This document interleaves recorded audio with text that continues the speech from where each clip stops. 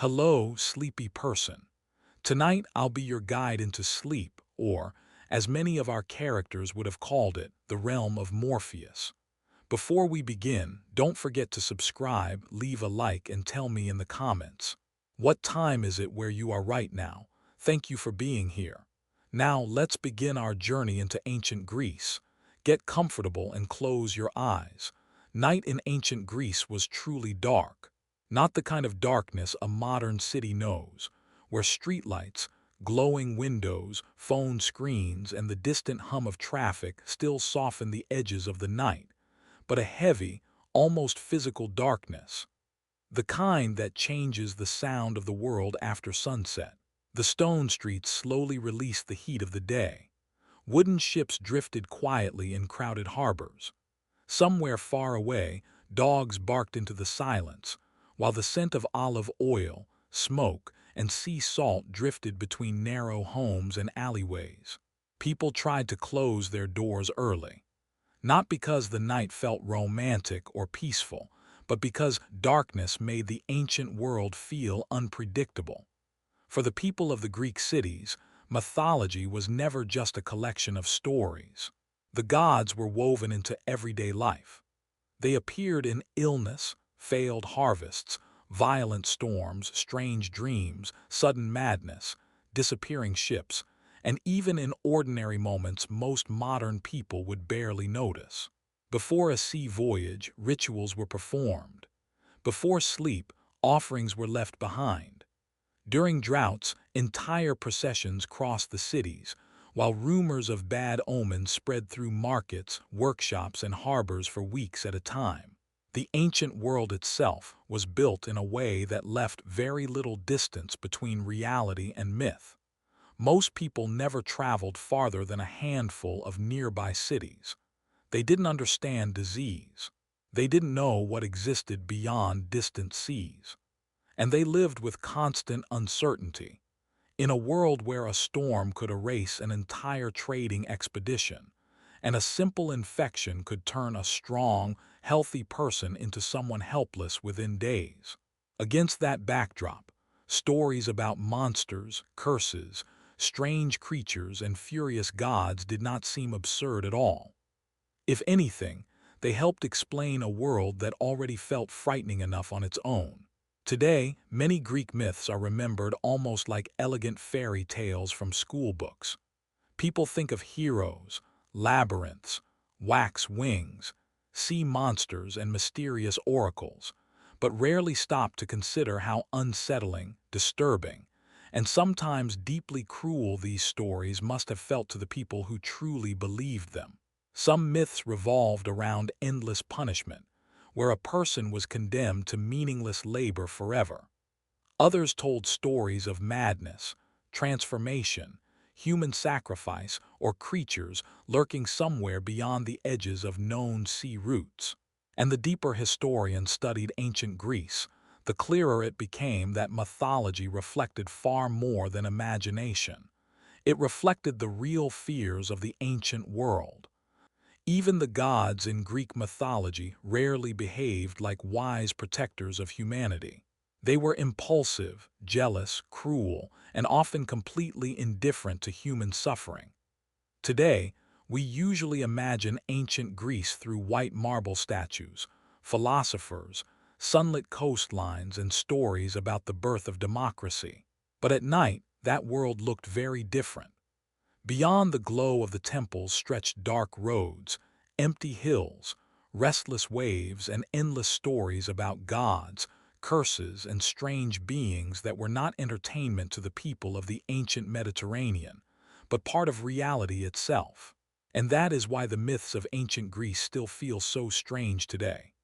They were not created in the safety of the modern world, but among sacrificial fires, violent storms, crowded harbors, stone temples, and the constant feeling that beyond the small circle of an oil lamp's light, something unknown was waiting in the dark.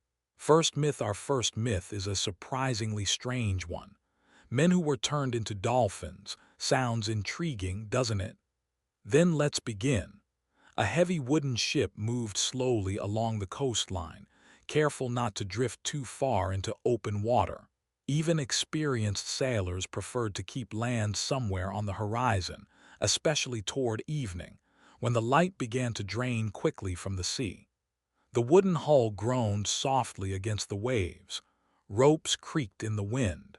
Between the rowers and sailors, the tired evening noise of a long day at sea had already begun to settle in. Some men checked the rigging around the sail. Others crouched near the water amphory. A few simply sat near the rail, staring at the darkening shoreline.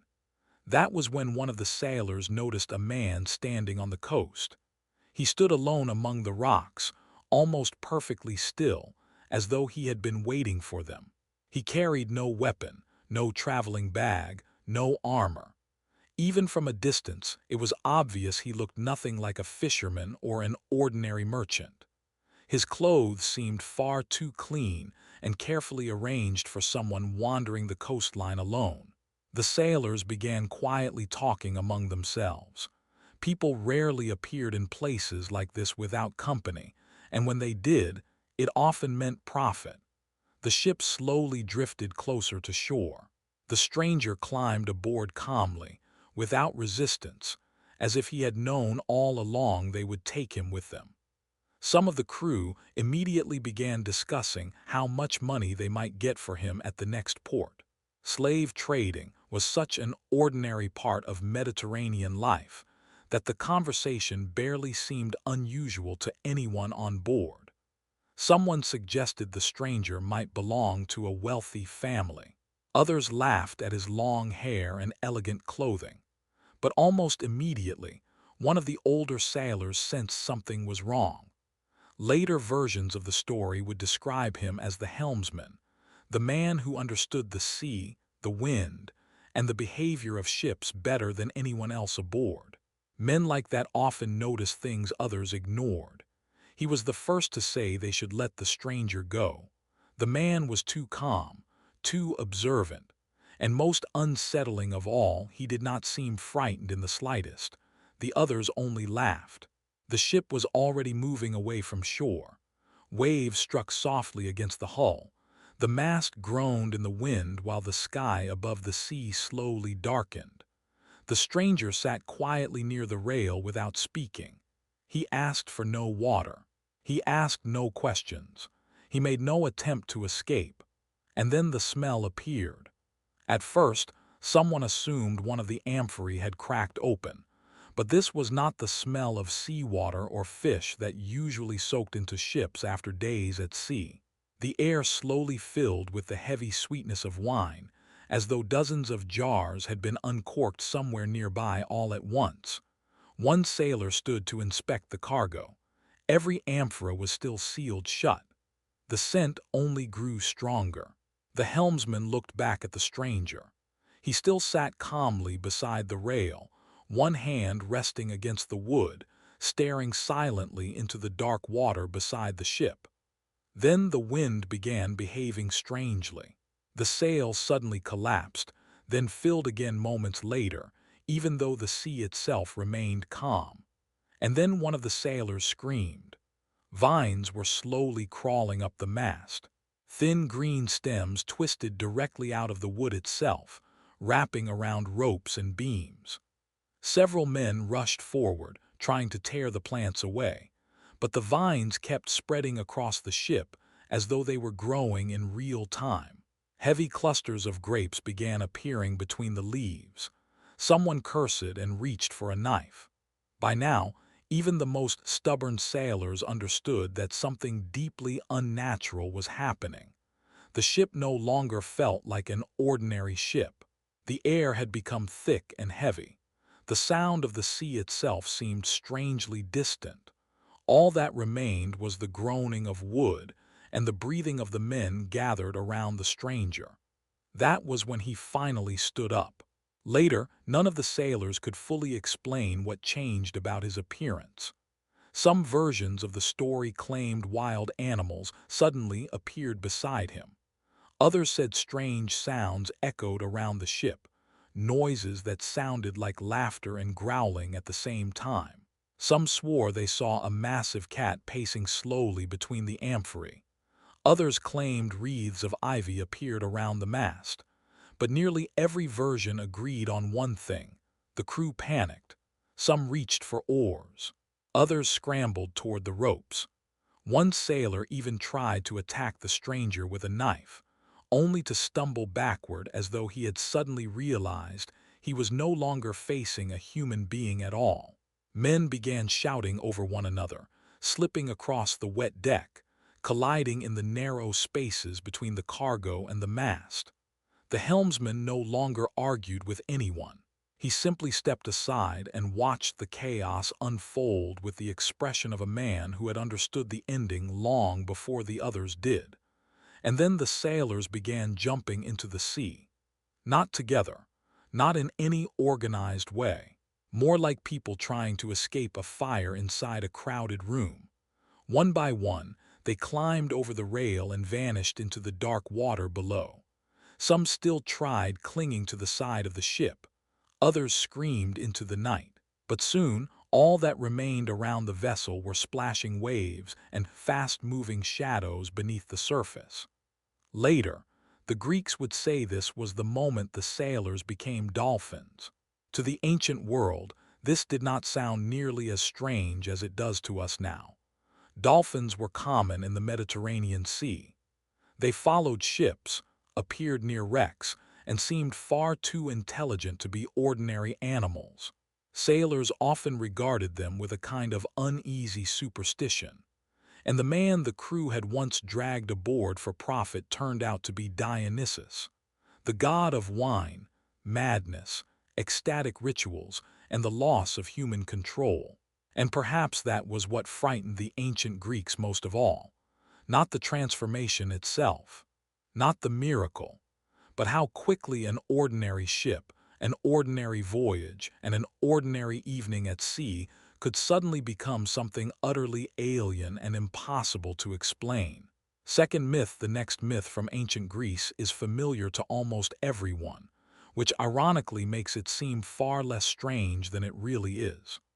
Although, if you stop and think about it, the very idea of a creature you cannot safely look at is already deeply unsettling. The woman with snakes for hair. The story of Medusa has survived for thousands of years, but the original image of the Gorgon was far more disturbing and alien than the versions created by modern movies and illustrations. And tonight, we're going to return to the oldest forms of this myth. By the time Perseus first approached Medusa, he had barely spoken for days. The journey to the edge of the world had taken far longer than he expected. The farther he traveled from Greek cities and familiar trade routes, the less understandable the world around him became. Roads gradually disappeared. The rocky ground grew darker and more barren. Even the air itself felt different, motionless, heavy, and unnaturally quiet.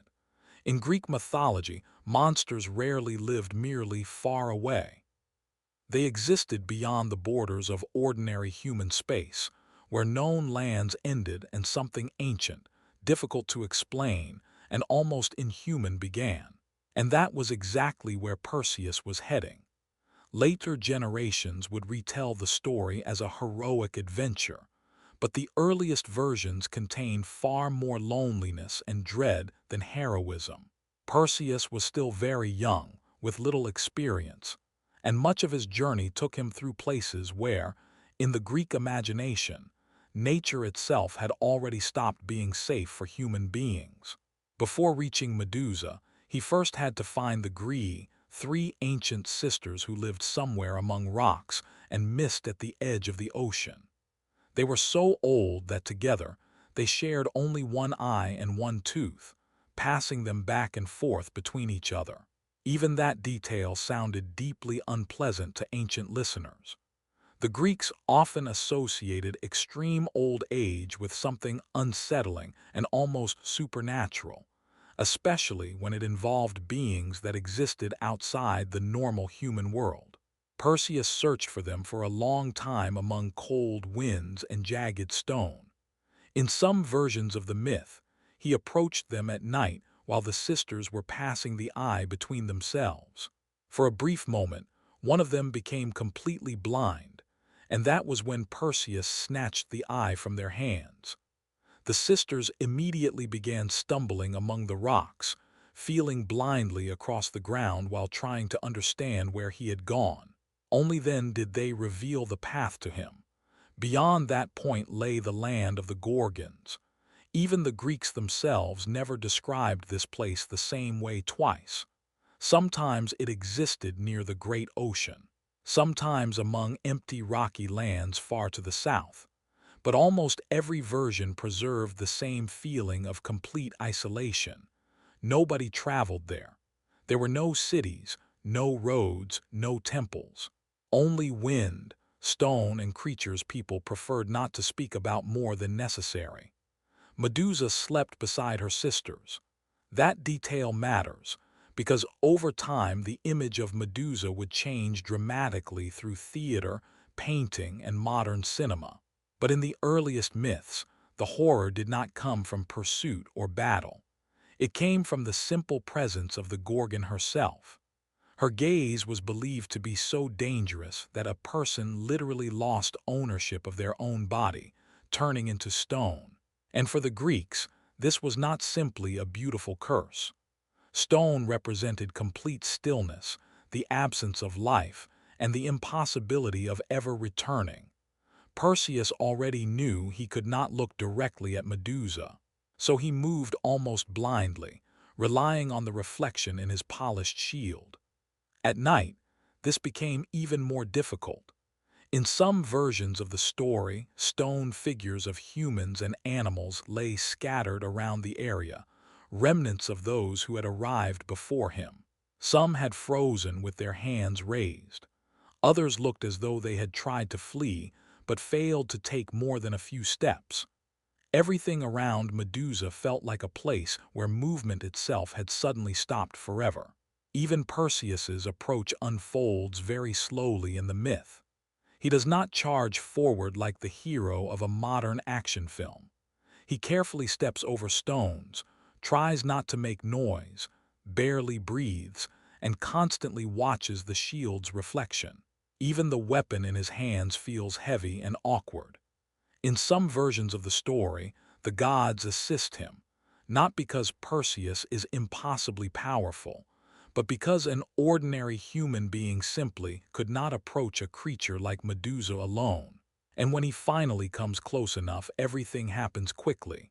A single strike. Then comes a strange silence, and after that begins the most unusual part of the story. From Medusa's body emerge Pegasus and Chris Yor. To the ancient world, this did not feel nearly as absurd as it sounds today.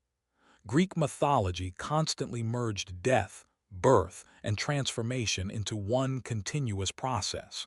Creatures could emerge from blood. Goddesses could rise from the sea. New forms of life could be born from the bodies of monsters. The mythological world felt unstable, constantly changing, and only loosely connected to ordinary human logic. But even after death, Medusa remained dangerous. Perseus severed her head and hid it inside a special bag, careful never to look directly at it. Later, that same head would be used as a weapon. Medusa's gaze continued turning people into stone even after her death. And this is where the ancient image of Medusa becomes especially different from the modern one. Today, she is often reduced to the woman with snakes for hair. But to the Greeks, the Gorgon was something far stranger and far older. Her face appeared on shields, armor, temples, and the doors of homes. These images were known as Gorgonians. They were meant to ward away evil while looking deeply frightening themselves. Enormous eyes, a protruding tongue, snakes, distorted facial features. The Greeks placed these symbols on buildings not as decoration, but as protection. This was actually a very common feature of the ancient world. People tried to frighten fear itself away with something even more frightening. Images of the Gorgon appeared even on ordinary everyday objects. They were painted onto cups, armor, and coins. In a way, Medusa gradually transformed from a specific monster into a symbol of danger, chaos, and something fundamentally hostile to human order. What is also interesting is that the earliest depictions of Medusa looked far more monstrous than the later ones.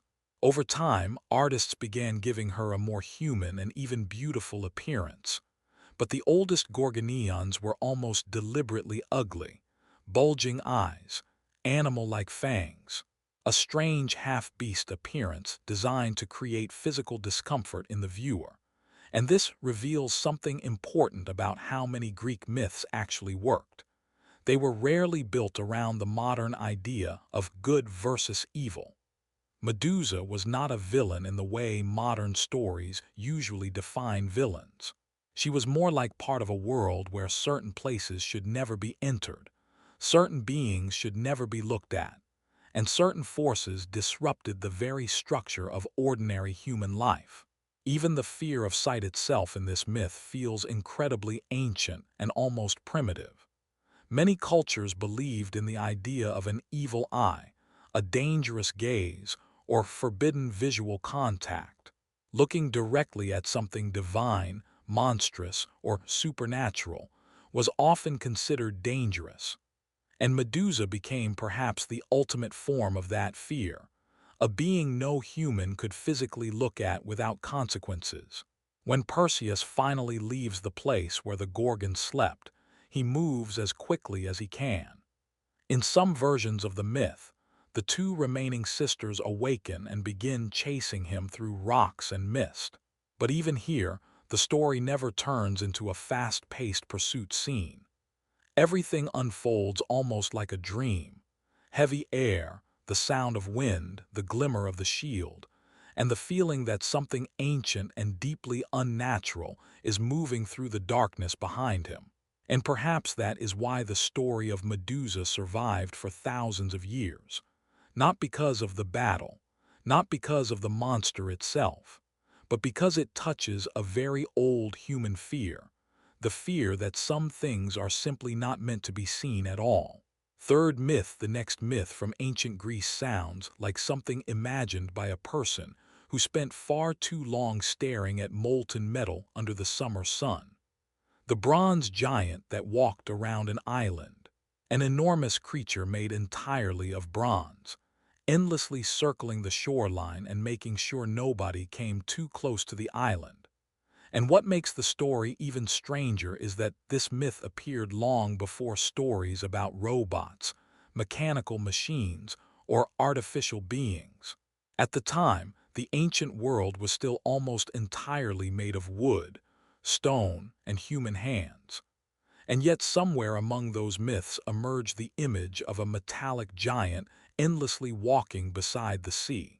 By the time the ship Argo approached Crete, the sun had already begun sinking lower over the water, though the air around the island still carried the heavy heat of the day.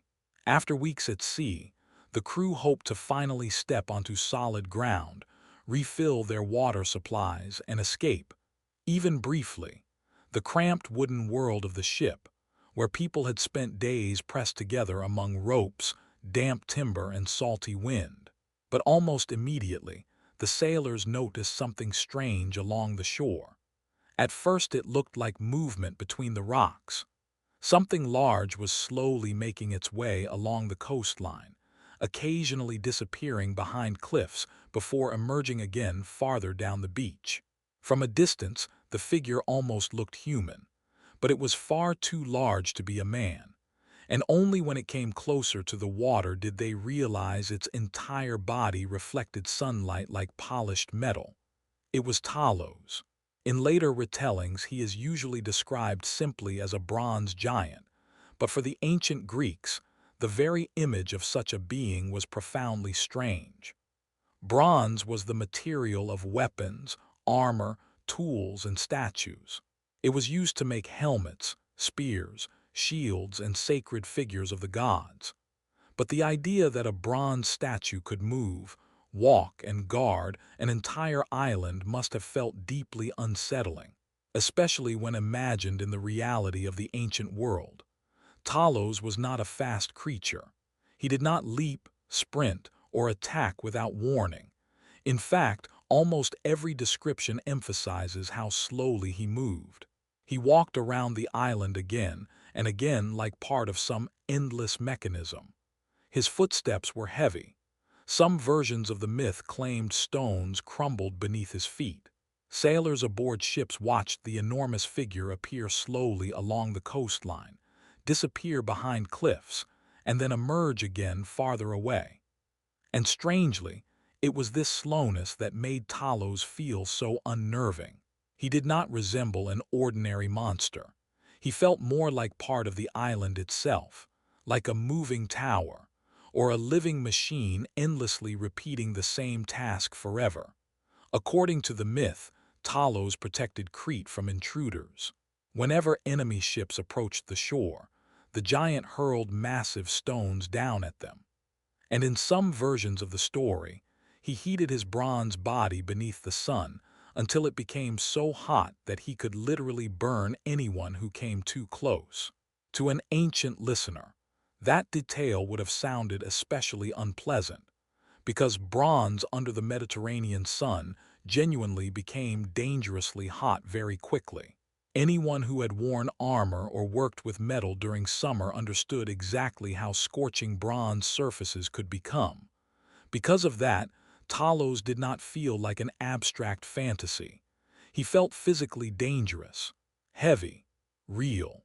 Some ancient writers described his body almost like a giant container. Inside Talos flowed a special substance, not exactly blood, but something closer to divine metal or life force, known to the Greeks as ichor. It traveled through a single vein running from his neck all the way down to his ankle. At the bottom, the vein was sealed with a bronze nail or plate. Even that detail sounds surprisingly mechanical for such an ancient myth. Talos seemed trapped somewhere between a living creature, a statue, and a gigantic device functioning according to strange internal rules. And perhaps that is why the myth still feels unusual today. Most Greek monsters were chaotic and animalistic by nature, but Talos feels almost artificial. When the Argonauts realize landing on the island may be impossible, tension spreads across the ship. The crew is exhausted from the voyage. Supplies are running low. Some argue they should risk approaching the shore under cover of darkness. Others are afraid to go near the island at all. Meanwhile, Talos continues his endless walk along the coastline.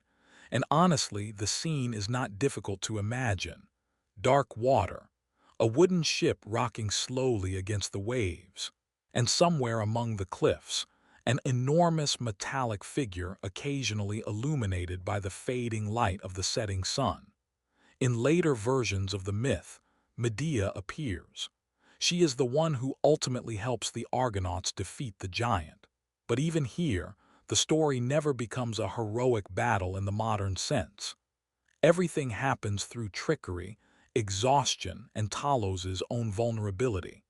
In some versions, Medea places him into a strange trance resembling madness or sleep. In others, she promises him immortality. Sometimes the myth claims Talos simply stumbles against rocks while chasing the ship, but nearly every version agrees on one detail. The single vein is damaged. The bronze pin is torn from the giant's ankle, and then ichor begins pouring from Talos' body. It is one of the strangest scenes in all of Greek mythology. An enormous metal creature slowly losing its life force like a cracked vessel. No glorious battle, no dramatic final duel, just a giant gradually ceasing to move. To the ancient world, this kind of death must have felt especially strange. Many Greek myths revolve around wounds, blood, and the fragility of the human body. But here everything feels different, colder, heavier, almost mechanical. After his death, Talos collapses near the shore. And this is where the story becomes strangely atmospheric.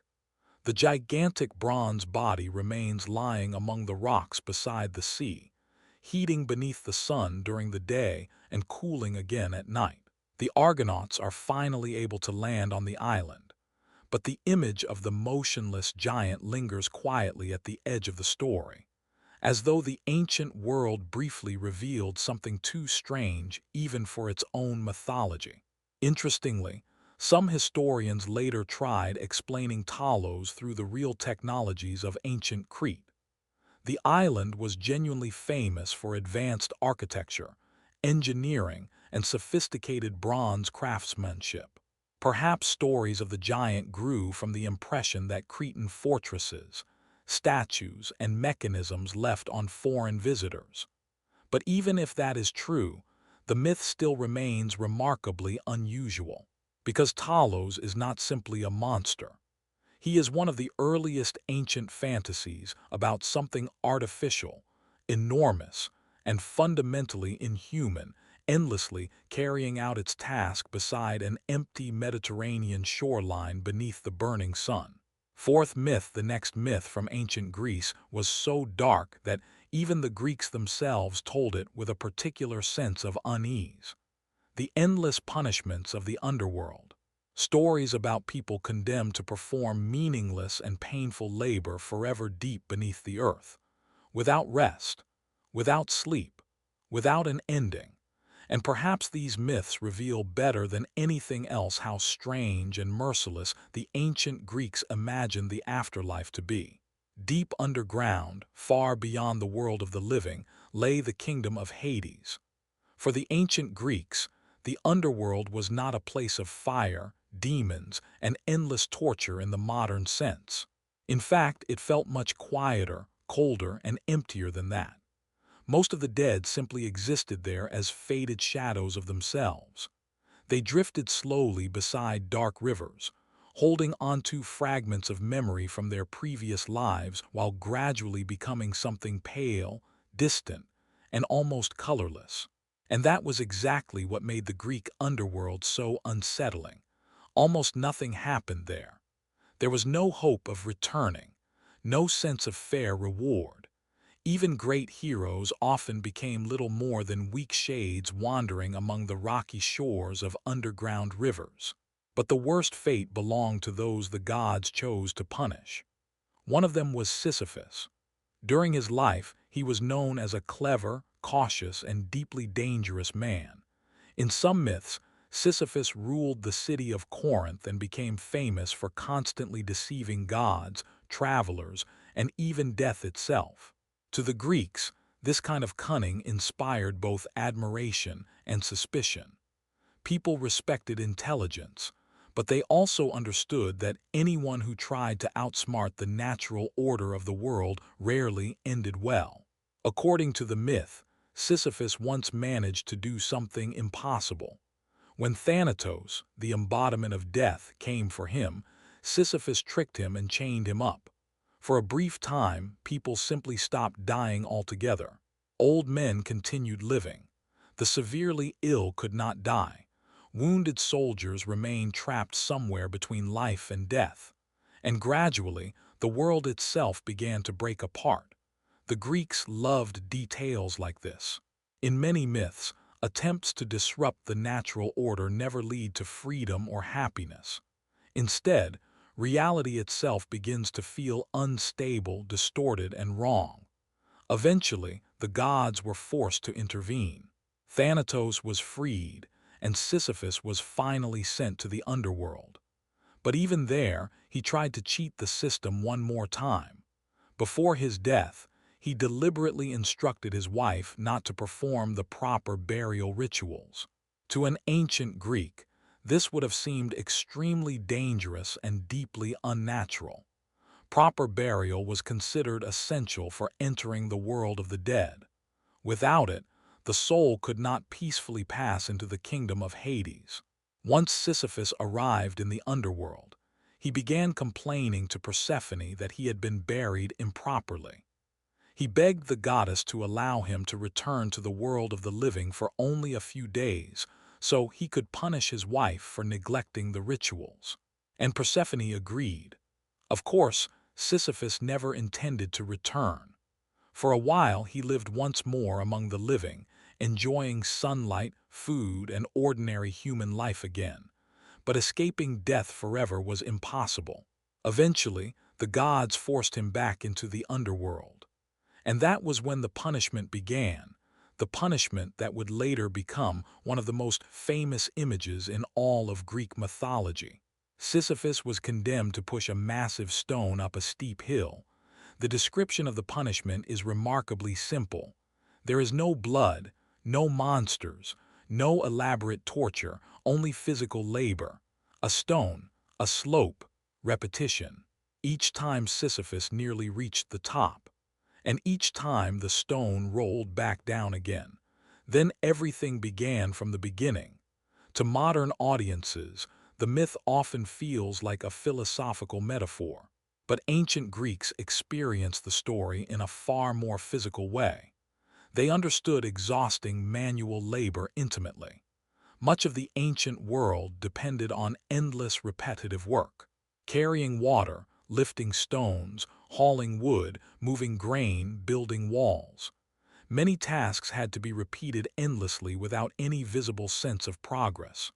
Because of that, the punishment of Sisyphus did not feel abstract. It felt like an exaggerated version of familiar human exhaustion. And perhaps the most disturbing part of the myth is the absence of any conclusion. Modern stories are often built around the possibility of victory or escape, but the Greek underworld almost never offered a way out. The stone always rolled back down. The work never ended. Not far from Sisyphus stood another condemned figure, Tantalus. His punishment felt even stranger. Tantalus stood in water beneath the branches of fruit trees. Whenever he bent down to drink, the water receded below him. Whenever he reached for the fruit, the branches lifted higher out of reach. His hunger and thirst never fully disappeared, but neither could they ever be satisfied. Interestingly, Greek punishments often revolved around ordinary physical needs rather than complicated moral lessons.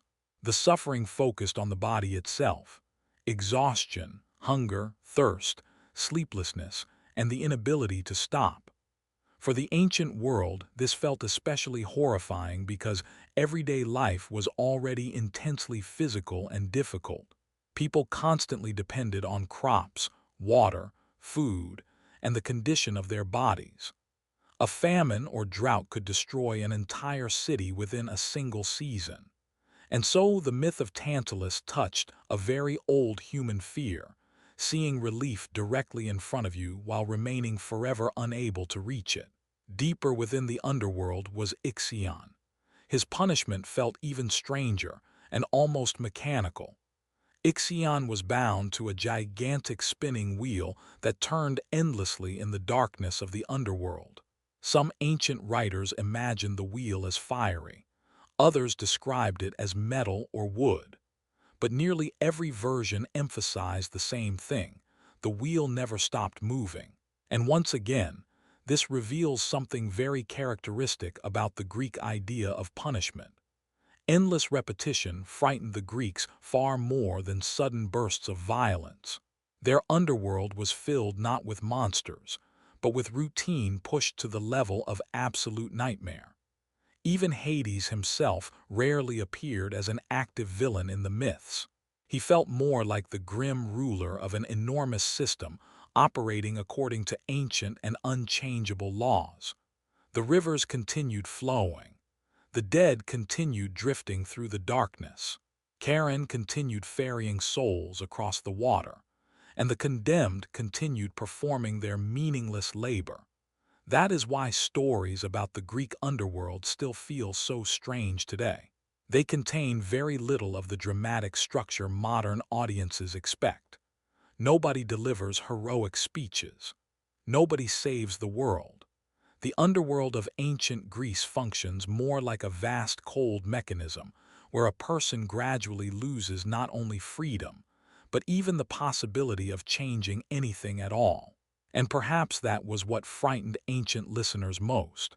But the idea that somewhere deep beneath the earth, Someone has been pushing a stone uphill for thousands of years, fully aware that in only a few seconds, everything will begin again from the start. Fifth myth. The next myth from ancient Greece began like an ordinary sea voyage, but very quickly turned into a story about a place people no longer wanted to leave. The island of the lotus eaters. No monsters, no battles, only heavy air, slow-moving water, and a strange plant that gradually made people forget who they were and why they had been sailing at all. And perhaps that was exactly why the myth felt so unsettling to the ancient Greeks. After many long weeks at sea, Odysseus's ships moved slowly and almost silently across the water. Real ancient voyages looked very little like the romantic adventures shown in later paintings and films. Most sailors spent far more time dealing with physical exhaustion than heroic battles. Salt water damaged the skin on their hands, oars tore at their palms, food supplies slowly worsened. Water inside the amphory became warm and stale. Men slept pressed together among ropes, damp wood, and the smell of fish. After the Trojan War, the journey home had lasted far longer than anyone expected. Many of the crew had already begun losing track of time itself. In the ancient world, people often lost any real sense of passing days during long sea voyages. One day blurred into another. Sun, wind, labor, distant coastlines, and sea again.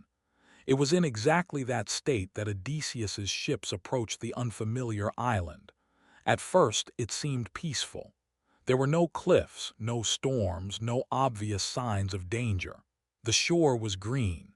The air felt warm and perfectly still. Even the sea around the island appeared strangely calm after the harshness of open water. To exhausted sailors, it looked almost comforting. Odysseus sent several men ashore to explore. This was completely normal. Sailors constantly searched unfamiliar coasts for fresh water, food, or a safe place to rest for the night. A small group landed on the beach and soon encountered the local inhabitants, the lotus eaters. Later translations would call them the eaters of the lotus, although the Greeks themselves were never entirely certain what kind of plant the lotus actually was. It may not have resembled the modern lotus flower at all. Some historians believe it referred to a local fruit or plant capable of causing drowsiness and a strange state of calm. But for the myth, the exact plant was never the important part. What mattered was the feeling it created. The people of the island did not appear dangerous. They did not attack anyone. They made no threats. If anything, the island felt too peaceful. They simply offered the visitors the same plant they themselves consumed, and the sailors accepted. From that moment onward, the myth becomes strangely quiet. No sudden transformations occur. Nobody collapses unconscious.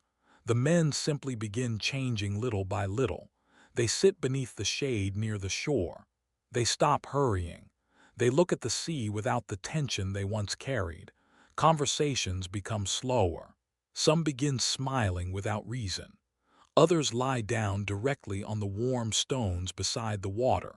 And gradually, they begin forgetting why they ever came there at all. That is perhaps the most disturbing part of the entire myth. The lotus does not kill people. It does not hurt them. It simply removes their desire to return home. To the ancient Greeks, that idea felt profoundly dangerous. The ancient world was built around home, family, duty, and belonging to one city. A person without purpose, without a path home, and without memory of their own life was almost considered permanently lost.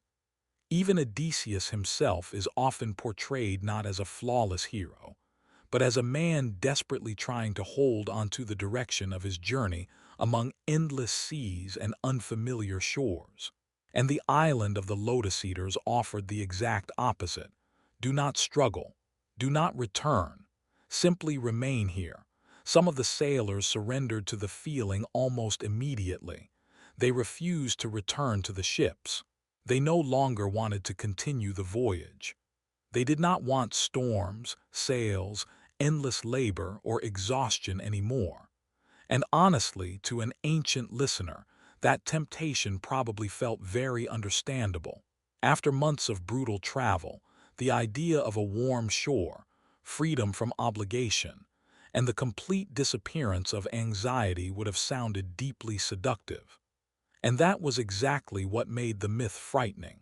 Odysseus quickly realized what was happening. Some versions of the story claim he physically dragged his men back toward the ships by force. The sailors resisted him. They begged to remain on the island and could not understand why they were being taken away. Some even cried and pleaded to go back.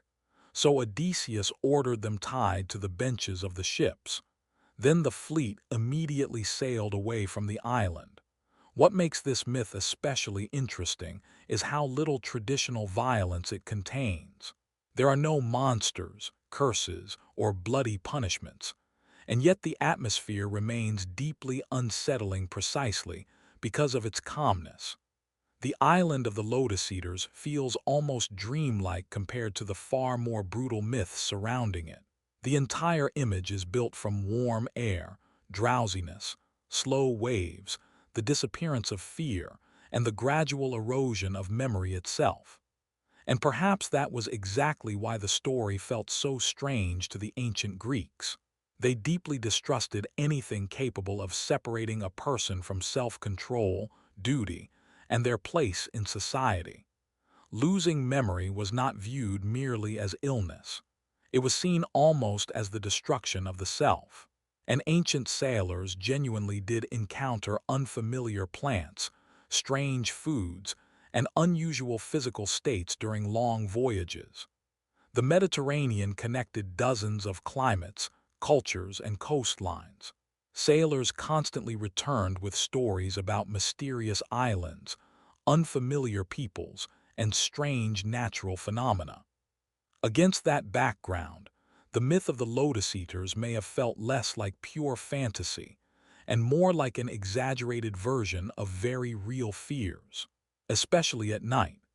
As the ships finally sailed away from the island, some of the sailors continued staring back toward the fading shoreline for a very long time. The wind filled the sails once again. The ropes creaked softly. Waves struck against the hull, and the warm stillness of the island slowly disappeared into the darkness behind them.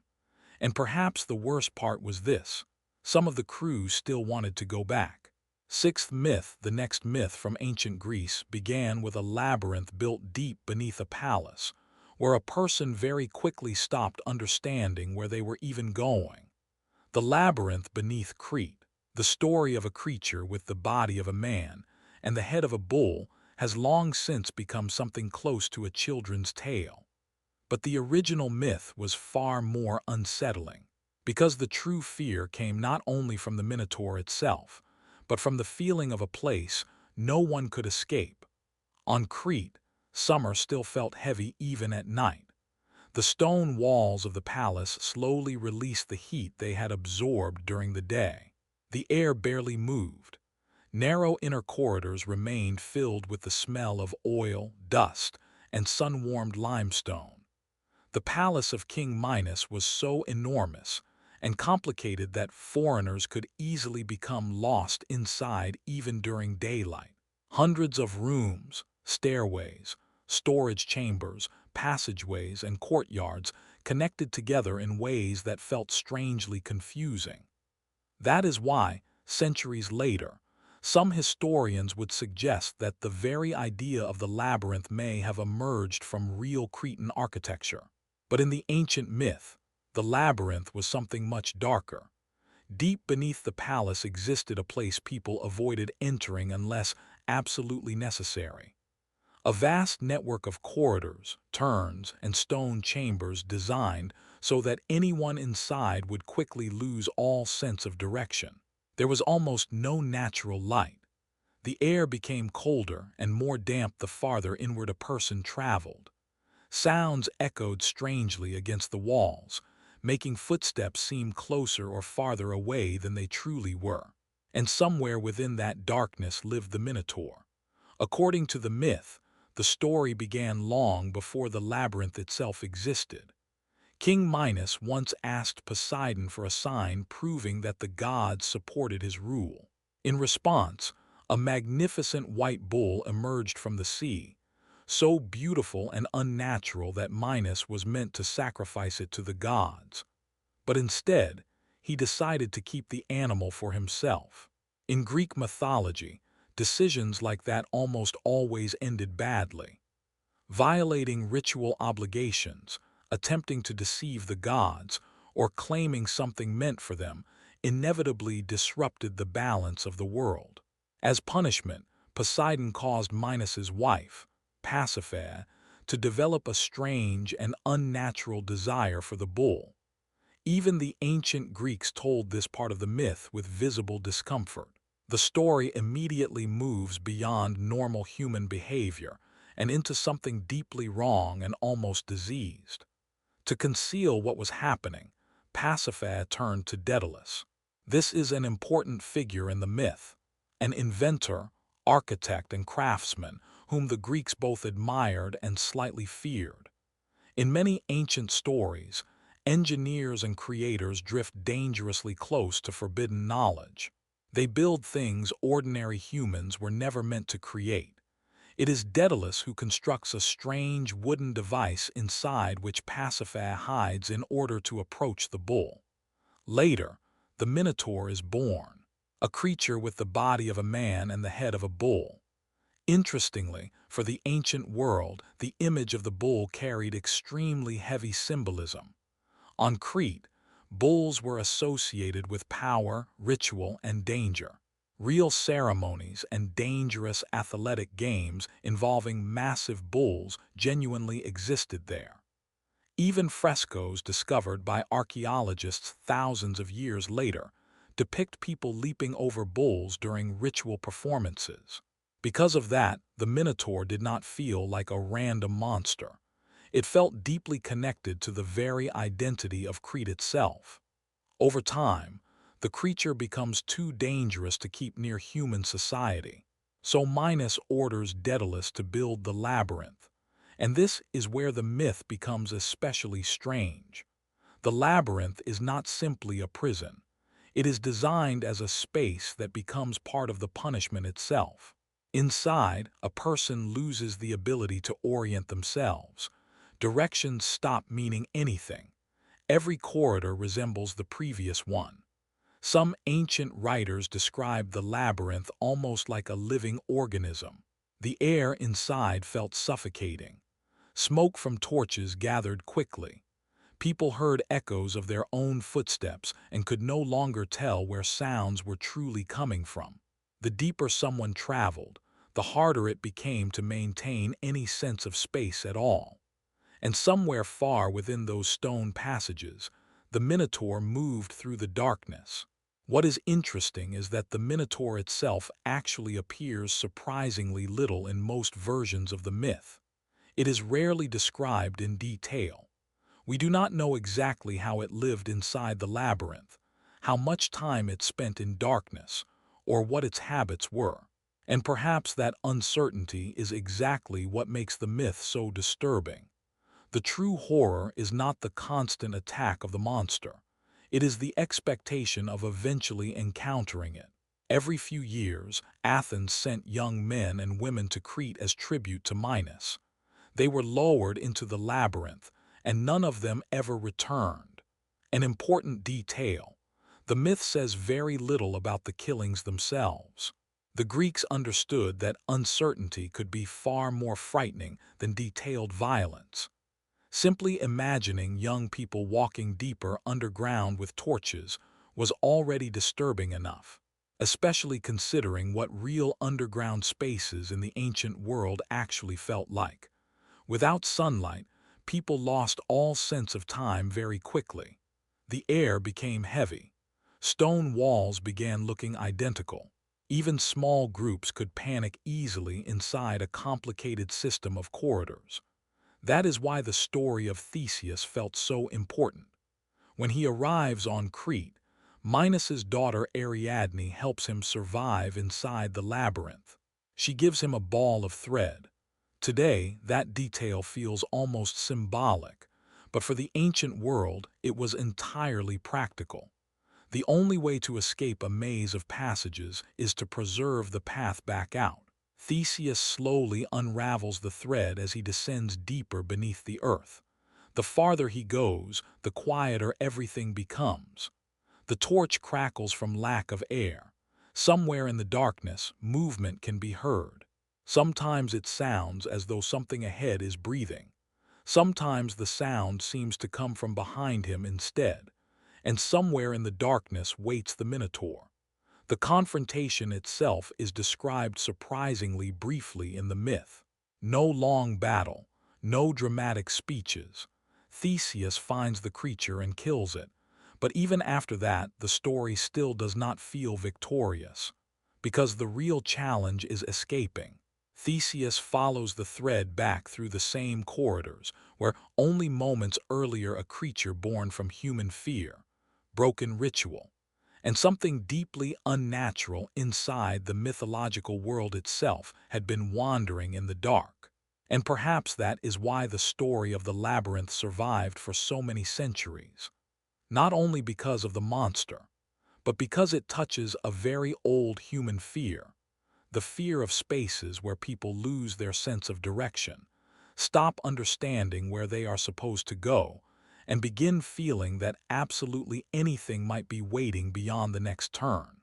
Seventh myth. The next myth from ancient Greece was so strange that even the Greeks themselves were never entirely sure whether it was a story about punishment, pride, or simply the human desire to rise too high. The man who flew too close to the sun. Today, the myth of Icarus is often turned into a beautiful motivational story. But in its original form, it was something much quieter and far more unsettling. A story about heat, exhaustion, the sea, and an incredibly fragile invention that was never truly meant to leave the ground. After the death of the Minotaur, life for Daedalus on Crete began growing dangerous. King Minos knew too much about the craftsmen who had built the labyrinth, and Daedalus himself knew far too much about the palace, its hidden passages, and certain things better left unspoken. In many Greek myths, people possessing unusual knowledge eventually become trapped inside their own creations. That is exactly what happened here. According to the myth, Minos forbade Daedalus from leaving the island. Some versions claim he was kept almost like a prisoner. Others suggest he was simply watched constantly. But the result remained the same. The sea surrounding Crete was controlled by Minos's ships, making ordinary escape nearly impossible.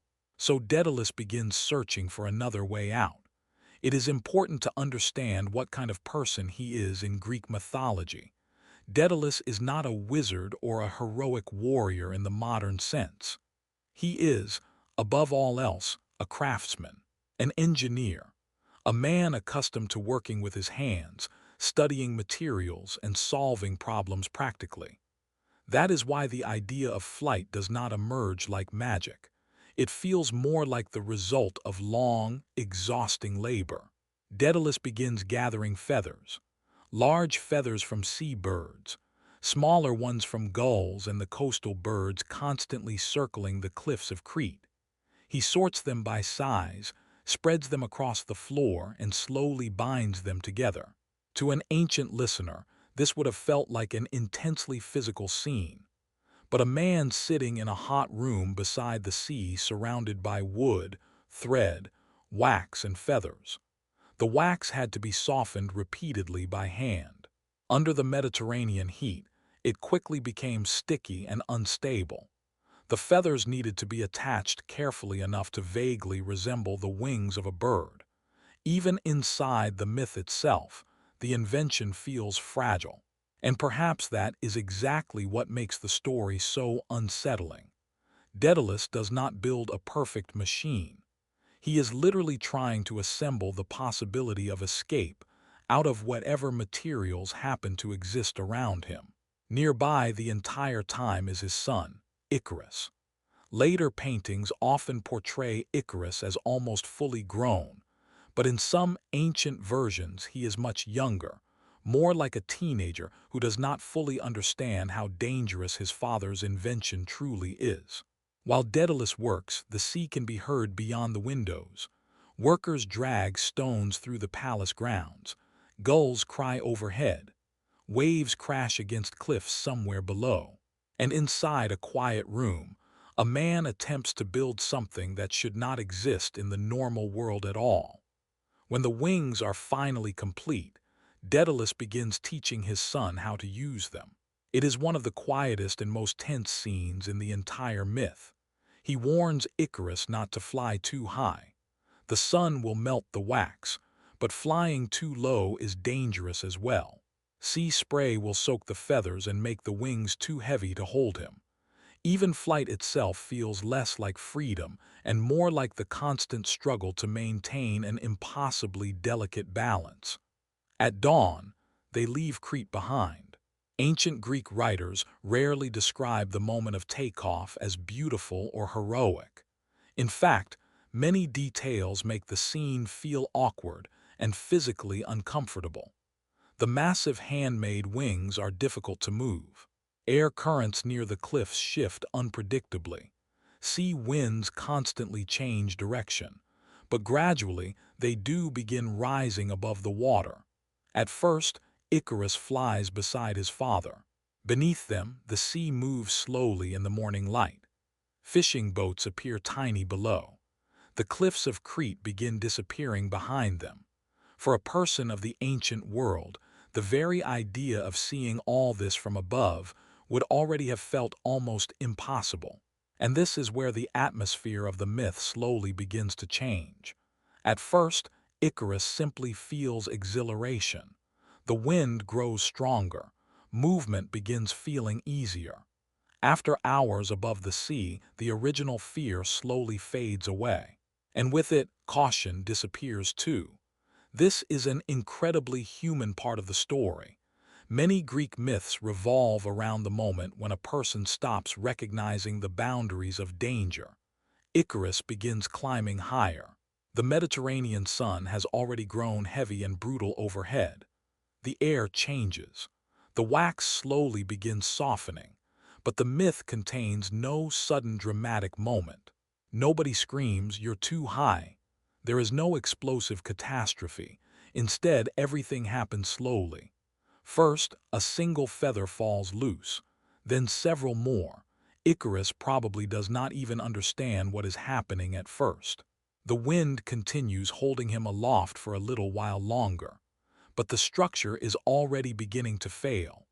Soon the feathers start breaking apart faster and faster, and then beneath him there is only the sea. Interestingly, ancient writers spend surprisingly little time describing the fall itself. Far more attention is given to what happens afterward. Daedalus continues flying ahead for some time before finally realizing he can no longer hear his son behind him. He turns around and sees nothing above the water except drifting feathers circling in the air. For the Greeks, the sea was often associated with disappearance. People drowned in storms, vanished during voyages, and simply never returned home. Later, the body of Icarus is discovered near the shore of an island that would eventually be named Icaria. Daedalus himself continues living, and there is something deeply characteristic of Greek mythology in that detail as well. Stories rarely end with emotionally satisfying conclusions. Nobody receives perfect closure. Life simply continues. Later generations would retell the myth of Icarus as a story about pride and punishment for excessive ambition. But in the oldest versions, the feeling is far more human and far sadder. It is not really the story of a man trying to become a god. It is the story of two people attempting to escape an impossible situation using a fragile invention held together by wax, thread, feathers, and hope. Eighth myth. The next myth from ancient Greece was connected not to a monster or a curse, but to a place after which a person slowly stopped remembering their own life. The river that erased memory. Somewhere deep beneath the earth, among the dark rivers of the underworld, flowed water that the souls of the dead were meant to drink. And afterward, the past slowly began to disappear, cities, faces, long sea voyages, one's home, and even the reason a person had once feared death at all. When someone died, their relatives tried to complete the burial rituals as quickly as possible. In ancient Greece, death was considered not only a family tragedy, but also a dangerous condition requiring strict ritual behavior. The body was washed with water, covered in oil, and wrapped in cloth. Lamps were lit near the home.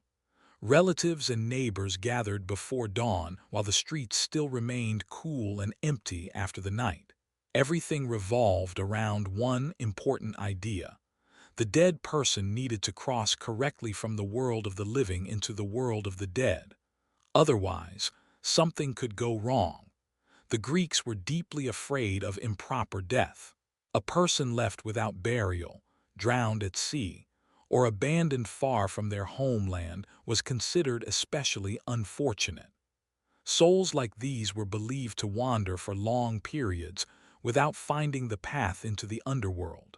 After the funeral, the journey continued beneath the earth. There lay the kingdom of Hades.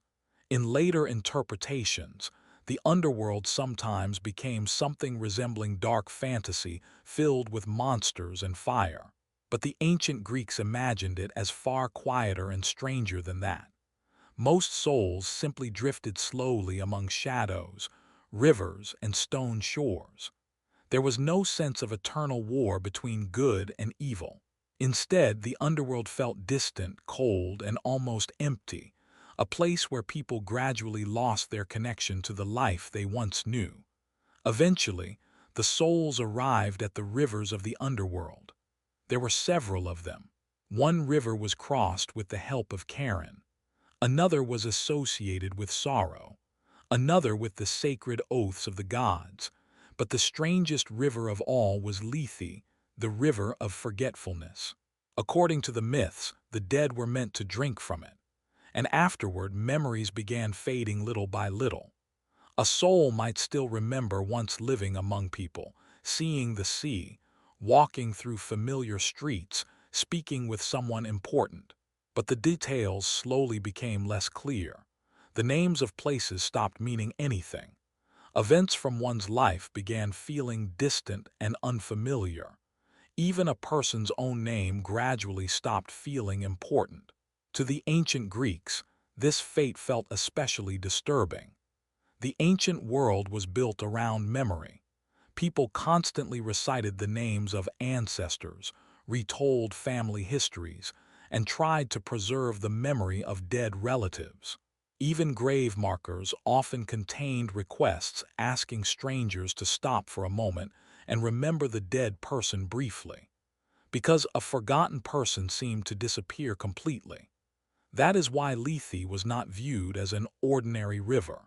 It was the final stage in the slow dissolution of human identity itself. Some ancient writers described its shores in nearly identical ways: dark water, motionless air, and long stretches of stone where souls drifted slowly and spoke very little. There was no longer any sense of urgency there. Time itself felt different inside the underworld. Day and night no longer changed places. The entire realm of Hades seemed trapped inside one endless, motionless state. Sometimes among the shadows wandered souls still trying to preserve fragments of their previous lives. In Greek mythology, heroes who descended into the underworld occasionally recognized dead friends or relatives, but these encounters almost never felt joyful. The souls appeared weakened and distant, as though too much space already existed between them and the world of the living.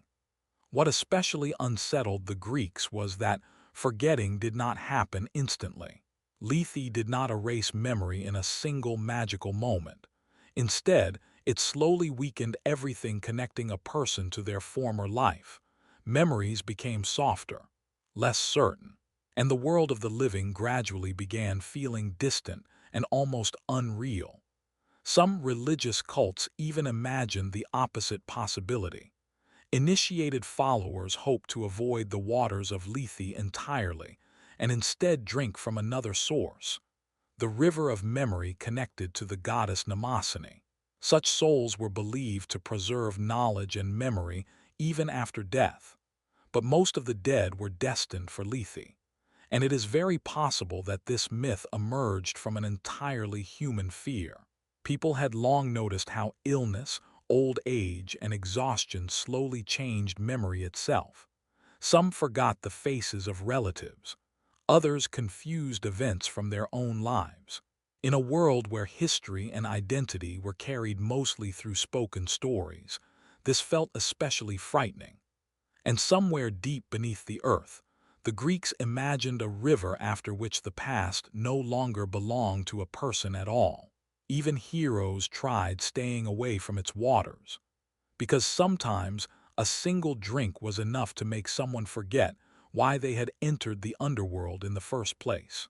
Ninth myth, the next myth from ancient Greece, was so strange that even the Greeks themselves were never entirely sure whether it should be understood as a story about punishment, religious ecstasy, or the terrifying moment when ordinary people stop recognizing one another altogether.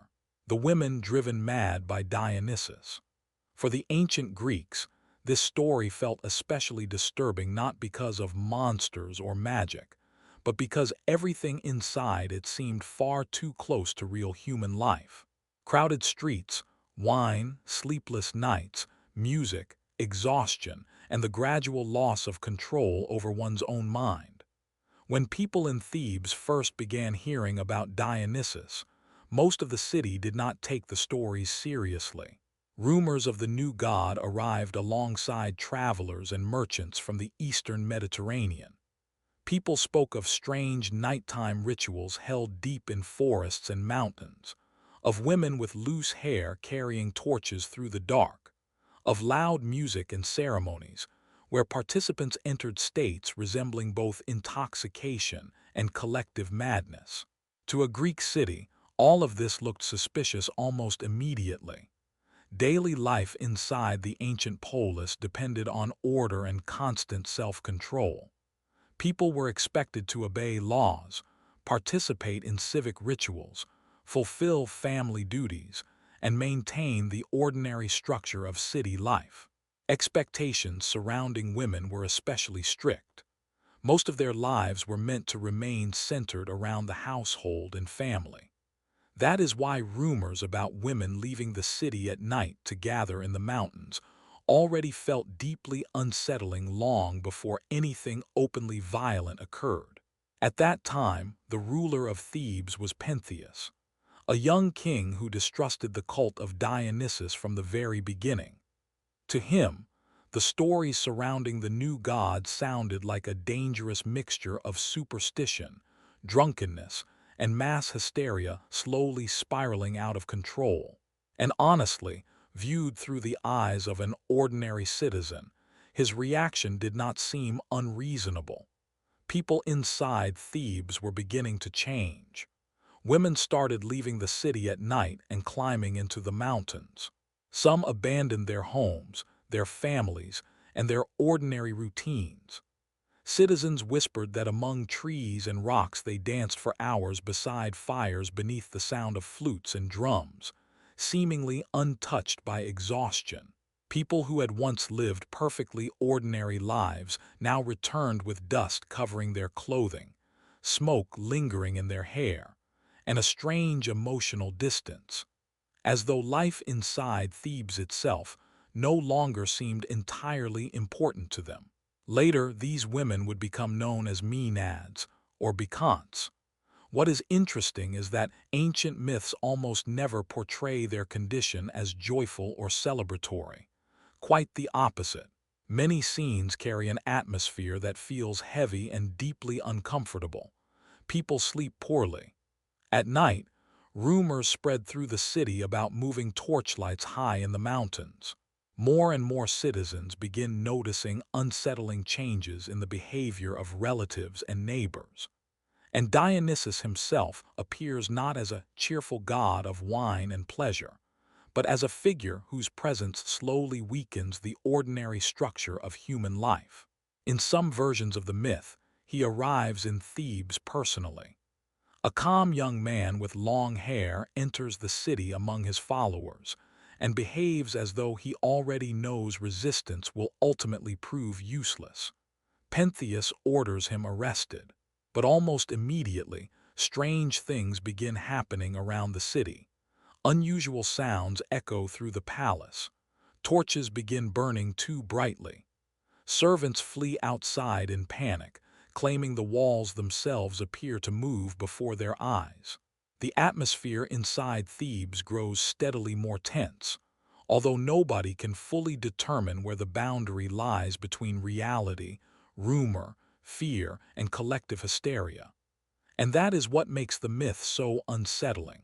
The central horror does not come from sudden violence. It comes from the growing sensation that people are slowly losing control over their perception of reality itself. Thebes still remains the same city, with streets, markets, temples, and a palace, but the behavior of its citizens changes so dramatically that ordinary life begins feeling unstable and unreliable. Pentheus attempts to stop what is happening. He demands the women return from the mountains and insists the nighttime rituals must end. But the harder he fights against the cult of Dionysus, the stronger the feeling becomes that the situation has already moved beyond a simple conflict between a king and a new religion. Eventually, Dionysus persuades Pentheus to travel into the mountains and witness the rituals himself. At night, the king leaves the city. The mountain paths are barely visible in the darkness. Torches move between the trees. Wind carries the sound of flutes, distant cries, and the shifting noise of crowds that seem to approach and disappear among the rocks at the same time. The air grows heavy with smoke, wine, and the smell of damp animal skins worn during the ceremonies. Pentheus tries observing everything from a distance, but the women notice him, and from this moment onward, the myth becomes especially brutal, although even here ancient writers rarely describe the violence directly. Caught inside Dionysian frenzy, the Maenads no longer perceive Pentheus as human. Amid screams, firelight, and the chaotic movement of the crowd, they mistake him for a wild animal. And worst of all, among the women is his own mother. Later, when the madness finally begins fading, she still cannot fully understand what happened in the mountains. And for ancient Greek audiences, this was perhaps the most horrifying part of all. Not the violence itself, but the realization of how completely a person could lose contact with ordinary reality once they dissolved entirely into ritual, emotion, and collective ecstasy. What makes the myth even stranger is that the cult of Dionysus was genuinely part of Greek religion. People truly held festivals, processions, and theatrical performances in his honor. In fact, many elements of Greek theater eventually grew directly out of Dionysian rituals. But the myth of Pentheus reveals something important. The Greeks always viewed Dionysus with deep ambivalence. His cult both attracted and frightened people, because it was connected to those states where ordinary social order began weakening, and where individuals slowly stopped feeling the boundary between themselves and the crowd surrounding them. And perhaps that is why the story still feels so strange today. Not like a tale about monsters or ancient curses, but like the slow collapse of ordinary human life inside an ordinary city where, one night, people began behaving as though the laws waiting for them in the mountains mattered more than the ones they had lived by before.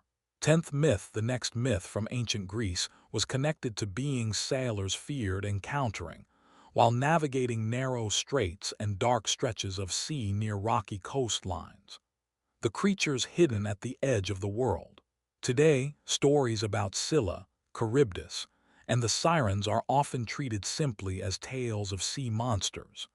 But for the ancient Greeks, they were deeply connected to the very real fear of the sea itself, a place where people easily lost direction, vanished during storms, or died among underwater rocks before they even understood what had happened. By the time Odysseus's ship approached the narrow strait between the cliffs, the sea already looked wrong. The water moved unevenly. Waves collided at strange angles. Currents shifted violently near rocky formations, disappearing into dark depths below. For ancient sailors, places like this were genuinely terrifying.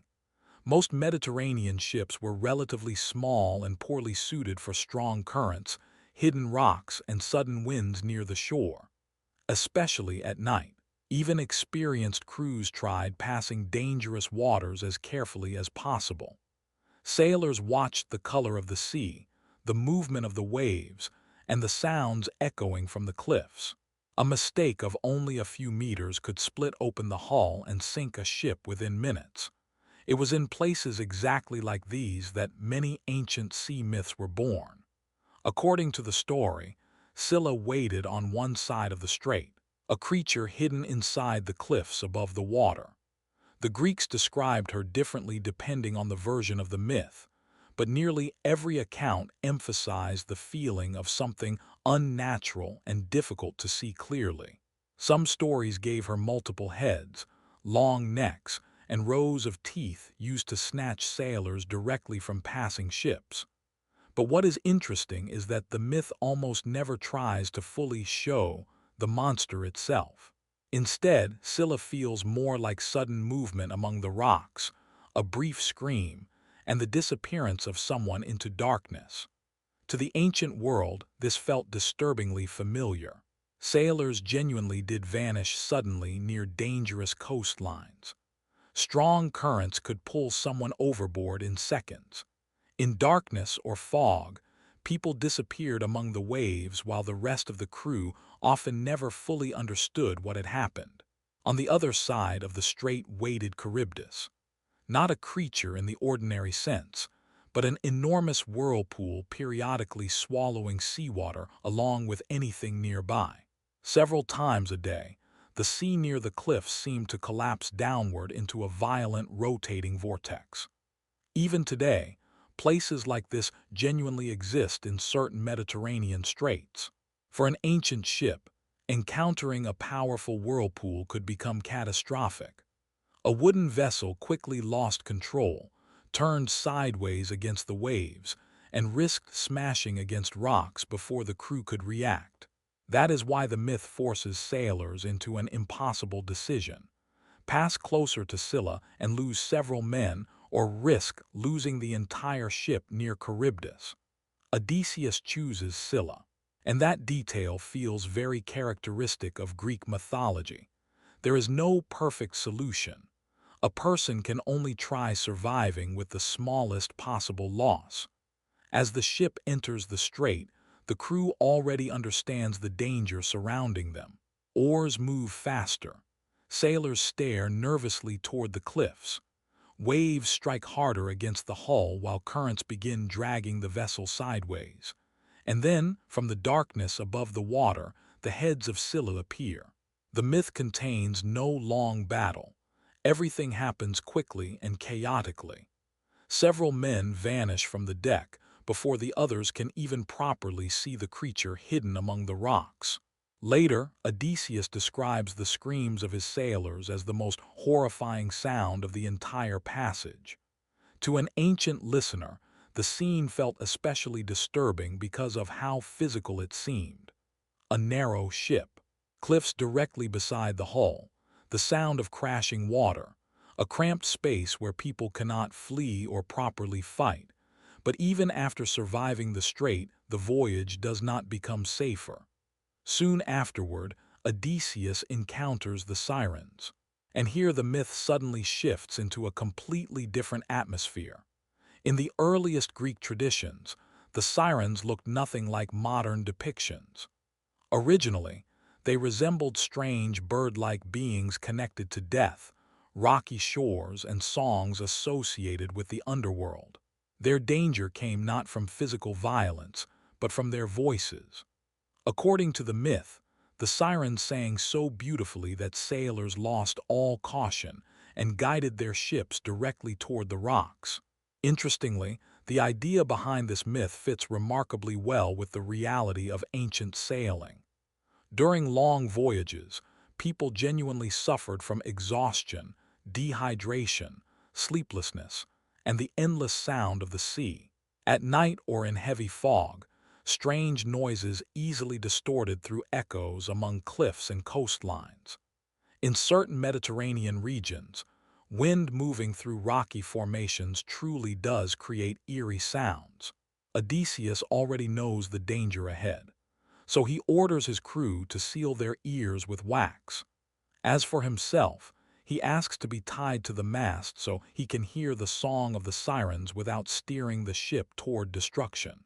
It is one of the most famous scenes in Greek mythology, but in its ancient form it feels far stranger and more unsettling than the romantic versions created later. The ship slowly passes the island. The wind nearly disappears. Around them remains only the movement of water and distant voices drifting from the cliffs. Odysseus begins struggling violently against the ropes, screaming for the crew to turn the ship around. But the sailors continue rowing forward, unable to hear anything through the wax in their ears. And only once the island finally disappears behind them do his cries slowly fade away. So much of these myths was rooted in a very real ancient fear of the sea, as a place where human beings lose control over their surroundings. On land there were roads, city walls, and familiar landmarks. At sea, people faced currents, storms, cliffs, fog, and the overwhelming feeling of a world too vast to fully control. That is why many Greek sea monsters feel less like ordinary fantasy creatures and more like attempts to explain the nature of dangerous waters themselves. Places where ships vanished, rocks where sailors repeatedly died, strange sounds moving through fog, currents dragging vessels into darkness between the cliffs. And somewhere among all of that, ancient sailors imagined creatures waiting at the edges of the known world, hidden in those stretches of sea even experienced captains preferred to avoid whenever possible. 11th myth. The next myth from ancient Greece was about a man standing somewhere far beyond the familiar world, holding on his shoulders not a palace, not a mountain, not a temple, but the sky itself. The man forced to hold the sky. Today, Atlas is often reduced to a simple symbol of hard work or endurance. But to the ancient Greeks, the image was far stranger and far darker than that. A lonely titan standing at the edge of the world among cold winds, stone cliffs, and slowly moving stars, holding the heavens above him for so long that time itself had almost stopped existing around him. Far to the west, beyond seas and lands most Greeks would never see with their own eyes, began territories where mythology slowly blended into ideas about the literal edge of the world. Ancient people had only vague ideas about what existed beyond the familiar Mediterranean. Maps were unreliable. Voyages lasted months. Sailors' stories constantly mixed rumors, mistakes, and mythology together. That is why so many Greek myths placed their oldest beings in distant regions ordinary people would almost never reach. And that was where Atlas stood. In some versions of the myth, he lived beside enormous mountains at the very edge of the earth, where familiar roads ended and only ocean, mist, and sky remained. Later generations would connect these places to the Atlas Mountains of North Africa, but for most ancient Greeks, they still felt unimaginably distant and almost unreachable. Atlas was a titan, a being belonging to the generation of gods that existed before the Olympians. In Greek mythology, titans always feel older and heavier than the Olympian gods themselves. Less human, more like forces of nature, vast, ancient, and nearly immovable.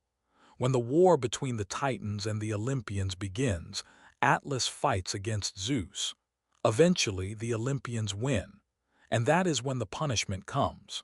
But what is interesting is that Atlas's punishment looks very different from many other punishments in Greek mythology. He is not thrown into the underworld. He is not transformed into a monster. Instead, Atlas is condemned to hold up the heavens forever. To a modern audience, this often sounds symbolic, but ancient Greeks imagined the world very differently. The sky was not viewed as endless outer space. It felt more like a gigantic solid dome moving slowly above the earth. People watched stars travel across it during the night. They saw the sun rise from one side of the horizon and disappear on the other. And somewhere at the edge of the world, according to the myth, stood the being holding that enormous structure above the earth itself. An important detail is that Atlas is almost always alone. There is no city around him, no armies, no crowds of people, only cliffs, cold air, and the endlessly turning sky overhead. Some ancient writers imagined the place as almost empty, rocky ground, sparse grass, wind blowing in from the ocean, an overwhelming feeling of vast open space where almost nothing ever changes. Even day and night seemed different there, because Atlas existed closer than anyone else to the movement of the stars themselves. It is easy to imagine those nights. A massive dark sky untouched by city lights, slow-moving constellations drifting overhead, cold wind among the rocks, and the figure of a titan standing motionless for so long that he himself begins to feel like part of the landscape. In the ancient world, people paid extremely close attention to the sky. Sailors navigated by stars during voyages. Farmers followed constellations and seasonal cycles. Religious rituals were often tied directly to movements in the heavens. Because of that, the image of a being physically holding the sky did not feel like abstract fantasy. It felt like an attempt to explain the structure of the world through something tangible and understandable.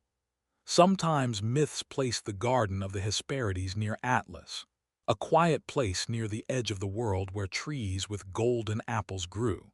Even there, the atmosphere remains strangely still. There is almost no sense of ordinary human life. Only wind, scattered trees, and endless sky overhead. Eventually, Heracles arrives there. During one of his labors, he must retrieve the golden apples from the garden, and that is how he encounters Atlas. Interestingly, the conversation between them feels almost exhausted. Heracles offers to hold up the heavens temporarily while Atlas retrieves the apples himself, and Atlas agrees. To an ancient listener, this was an incredibly strange moment. For the first time in an unimaginable length of time, the Titan is able to straighten his shoulders, take several steps, and feel himself free from the weight of the sky. Some ancient writers describe Atlas walking slowly, almost like someone whose body has remained in the same position for far too long. Even the simple act of movement after such endless stillness feels unnatural. Meanwhile, Heracles remains behind holding the heavens, and once again, the myth becomes deeply physical. This is not magic or invisible force. Heracles literally feels the crushing weight of the sky on his shoulders, the pressure, the immobility, the constant need to remain locked in the same position.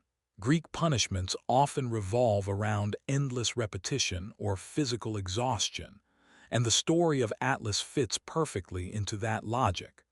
Endless labor frightened ancient people far more than brief pain. Later, Atlas attempts to leave Heracles there permanently. In some versions of the myth, he has no desire to return beneath the heavens ever again.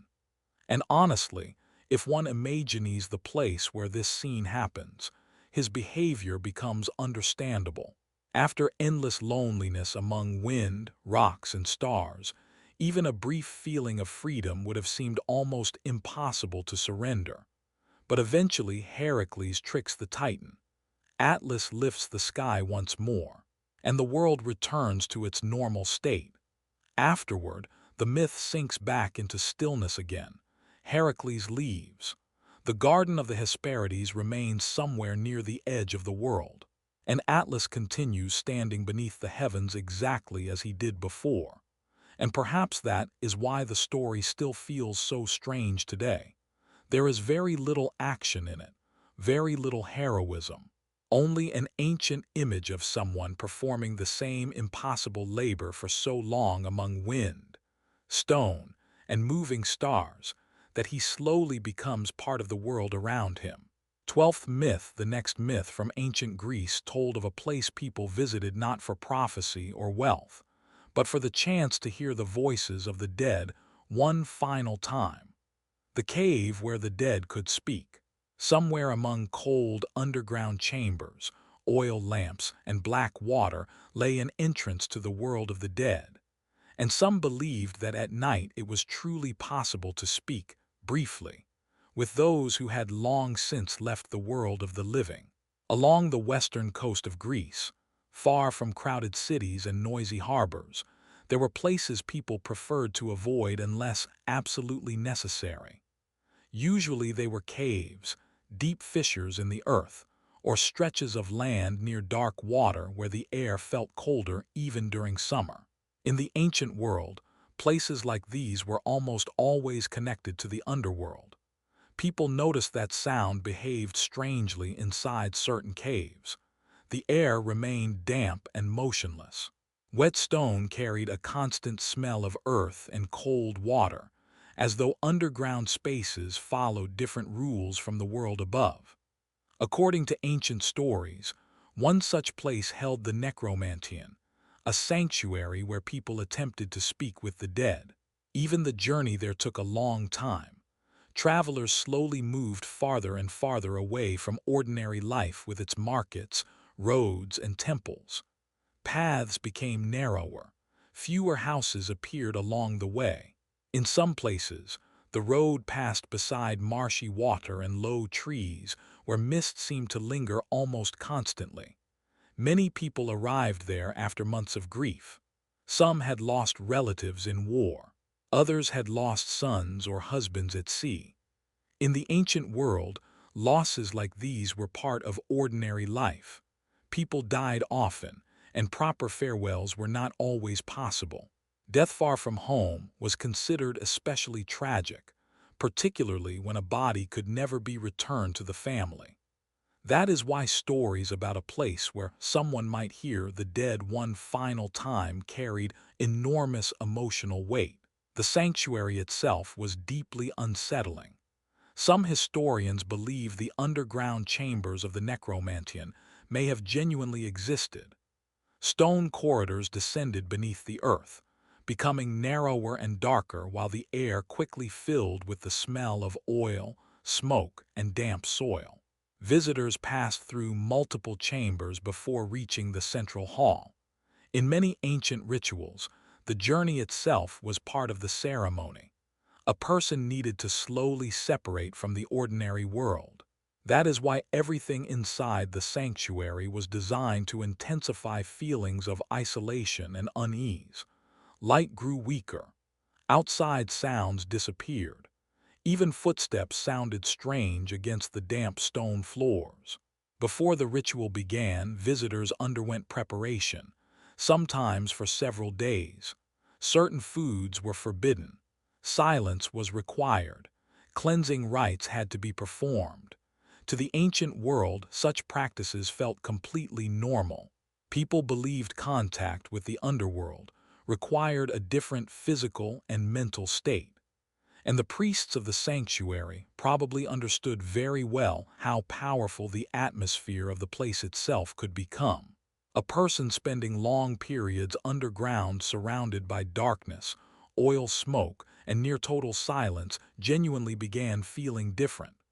Fatigue, anxiety, and expectation slowly altered perception itself, especially at night. When the ritual finally began, visitors were led deeper underground. Oil lamps illuminated the walls only weakly. Everything beyond their glow remained black. Sometimes water could be heard nearby. Sometimes only faint echoes and distant movement deeper inside the chambers. In some versions of the myth, the souls of the dead rose from underground darkness after special sacrifices were offered. That is exactly how Odysseus once attempts to speak with the dead. During his long journey, he arrives at the edge of the underworld and begins preparing a ritual beside dark water. At night, he digs a pit, lights a fire, and offers sacrifices to the dead. Animal blood flows into the earth, and gradually shadows begin appearing around him. What is important is that these scenes contain very little of what modern audiences would consider horror. The Greek underworld feels less like a place of sudden terror and more like a realm of exhaustion, shadows, and slow movement. The dead speak quietly. Some barely remember their previous lives. Others seem confused and distant. When Odysseus encounters the spirit of his mother, he does not immediately understand who she is. Details like these affected ancient audiences deeply. What frightened people was not blood or monsters, but the thought that the dead continued existing somewhere in weakened, fading forms, slowly losing their connection to the lives they once lived. Inside the necromantian, stories like these probably felt even more powerful. A person sat among stone walls, darkness and lamp smoke, while listening to the muffled voices of priests, and gradually stopped understanding where reality ended and ritual began. Some chambers were even designed specifically so sound and light behaved strangely inside them. An ordinary whisper could easily seem like a voice emerging from the darkness itself. Later, many ancient writers argued over whether people literally believed they could speak with the dead. But for most people in the ancient world, the boundary between religion, fear, and reality was far less clear than it is today, especially at night, especially underground, especially in places where people arrived already hoping to hear the voice of someone they had lost long ago. And perhaps that is why myths about speaking with the dead survived for so many centuries. Not necessarily because the Greeks believed every story literally, but because the idea of hearing the voice of someone no longer among the living, even one final time, was simply too powerful to disappear completely. 13th myth, the next myth from ancient Greece, was not about a monster or a curse, but about a man who once decided to deceive death itself. The king who tried to cheat death. Today, the story of Sisyphus is remembered mostly because of the enormous stone he endlessly pushes uphill. But the original myth was much longer and far stranger than that. It began in a loud and crowded Greek city, passed through chains, the underworld, and the disruption of the natural order itself, and ended with endless labor somewhere deep beyond the world of the living. In the ancient world, Corinth was considered wealthy, busy, and full of movement. The city stood in a perfect location between sea routes and land roads, so merchants, sailors, and travelers constantly passed through it. Amphorae filled with wine and oil were unloaded in the harbors. Markets sold metal, fish, and cloth. The streets remained crowded for most of the day, and this city was ruled by Sisyphus. In Greek mythology, he is often described as highly intelligent, cautious, and dangerously observant. Characters like this appear frequently in ancient myths. The Greeks admired cleverness, but they also suspected that anyone constantly trying to outsmart others would eventually encounter something impossible to deceive. Sisyphus loved secrets, bargains, and control over information. In some versions of the myth, he reveals private knowledge for personal gain. In others, he cheats travelers and breaks sacred promises. His city grows richer, but Sisyphus himself slowly gains a reputation as someone far too confident in his ability to bend the rules of the world. Eventually, The gods begin watching him more carefully. One day, Thanatos, the embodiment of death, comes for Sisyphus. In Greek mythology, death often appears surprisingly calm and almost administrative, not a monster, not a demon, more like an inevitable function within the structure of the universe. People die. Souls enter the underworld. The order of the world continues. But Sisyphus decides to interfere even with that. When Thanatos arrives at his home, Sisyphus begins asking questions about the chains death has brought with him. He speaks calmly, almost casually, as though entertaining an ordinary guest. Then suddenly, he asks Thanatos to demonstrate how the chains work, and Thanatos agrees. At that moment, Sisyphus traps him in the chains instead. To the ancient Greeks, the consequences of such an act felt profoundly strange. People stopped dying. At first, this almost sounds like good news, but very quickly, the world begins functioning incorrectly. Old men continue living in terrible condition. Wounded soldiers cannot die even from fatal injuries. Diseases do not disappear, they simply continue endlessly. The Greeks often imagined the universe as a system where everything must happen in the correct order. Even death itself was not viewed as a flaw in nature, but as part of life's necessary movement. So disrupting that order quickly becomes a disaster. In some versions of the myth, Ares becomes especially furious. The god of war realizes battles no longer make sense because wounded warriors cannot die. Eventually, Thanatos is freed, and Sisyphus is finally dragged into the underworld. But even there, he continues searching for a way to escape his fate. Before dying, Sisyphus had already instructed his wife not to perform proper burial rituals. To an ancient Greek, such a request would have seemed deeply unnatural. Burial rites were considered essential for a soul's transition into the underworld. Without them, the dead could not fully leave the world of the living behind. Once Sisyphus arrives in the kingdom of Hades, he complains to Persephone that he was buried improperly and unfairly. He begs to be allowed to return briefly to the world above so he can punish his wife and ensure the rituals are completed correctly. And Persephone agrees. It is a very characteristic moment in Greek mythology. The gods do not behave like all-knowing cosmic beings. Instead, they feel more like rulers managing an ancient system where loopholes and technicalities still exist. Back in Corinth, Sisyphus decides he has no intention of returning to the underworld. For a while, he lives again like an ordinary man. He walks through his city, watches the harbor, speaks with people, and behaves as though death has finally been defeated.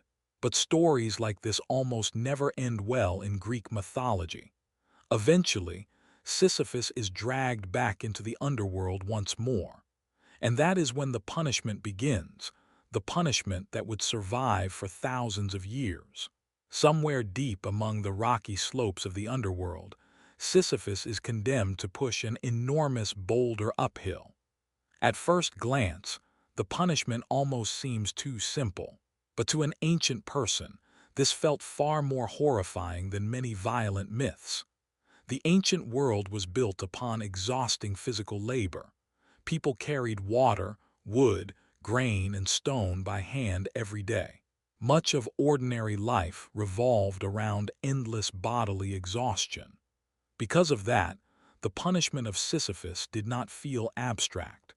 It felt like an exaggerated version of ordinary human existence. Every time he nearly reaches the top, and every time the stone rolls back down again, then everything begins from the start. An important detail is that the myth says very little about Sisyphus's emotions. Greek myths rarely focus on inner psychology in the modern sense. What matters is the action itself. A man endlessly repeating meaningless labor inside the stillness of the underworld. It is easy to imagine the place. A dark slope surrounded by stone and dust. a massive boulder slowly grinding upward before crashing back down again, and the figure of a man who has repeated the same movement for so long that he himself begins to resemble part of the landscape. Punishments in the Greek underworld often revolve around repetition. Tantalus eternally reaches for water and fruit. Ixion spins forever on his wheel, and Sisyphus pushes his stone uphill again and again. It was precisely this endlessness that disturbed ancient audiences so deeply. But the idea of work that never ends and never leads anywhere. And somewhere deep beneath the earth, Sisyphus continued pushing his stone uphill long after Corinth itself. Its harbors, its markets, and the people who once knew the name of their king slowly disappeared into the passing centuries.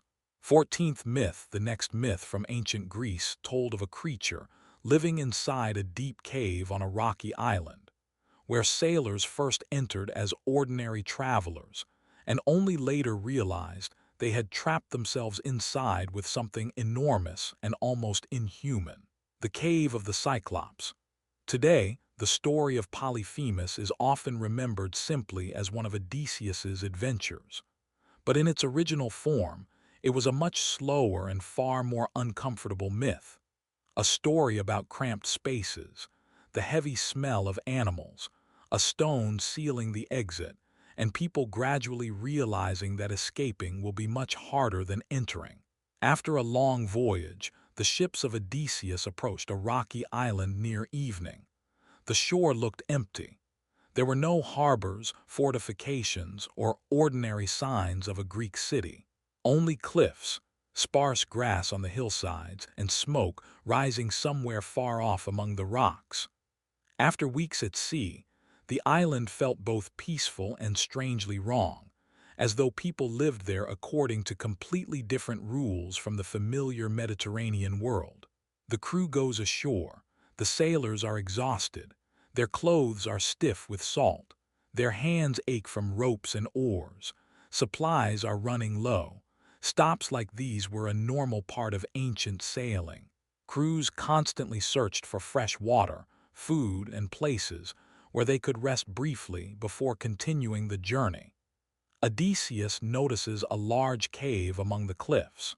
Near the entrance lie stacked branches, baskets, and huge containers filled with milk. Farther inside are pens for sheep and goats.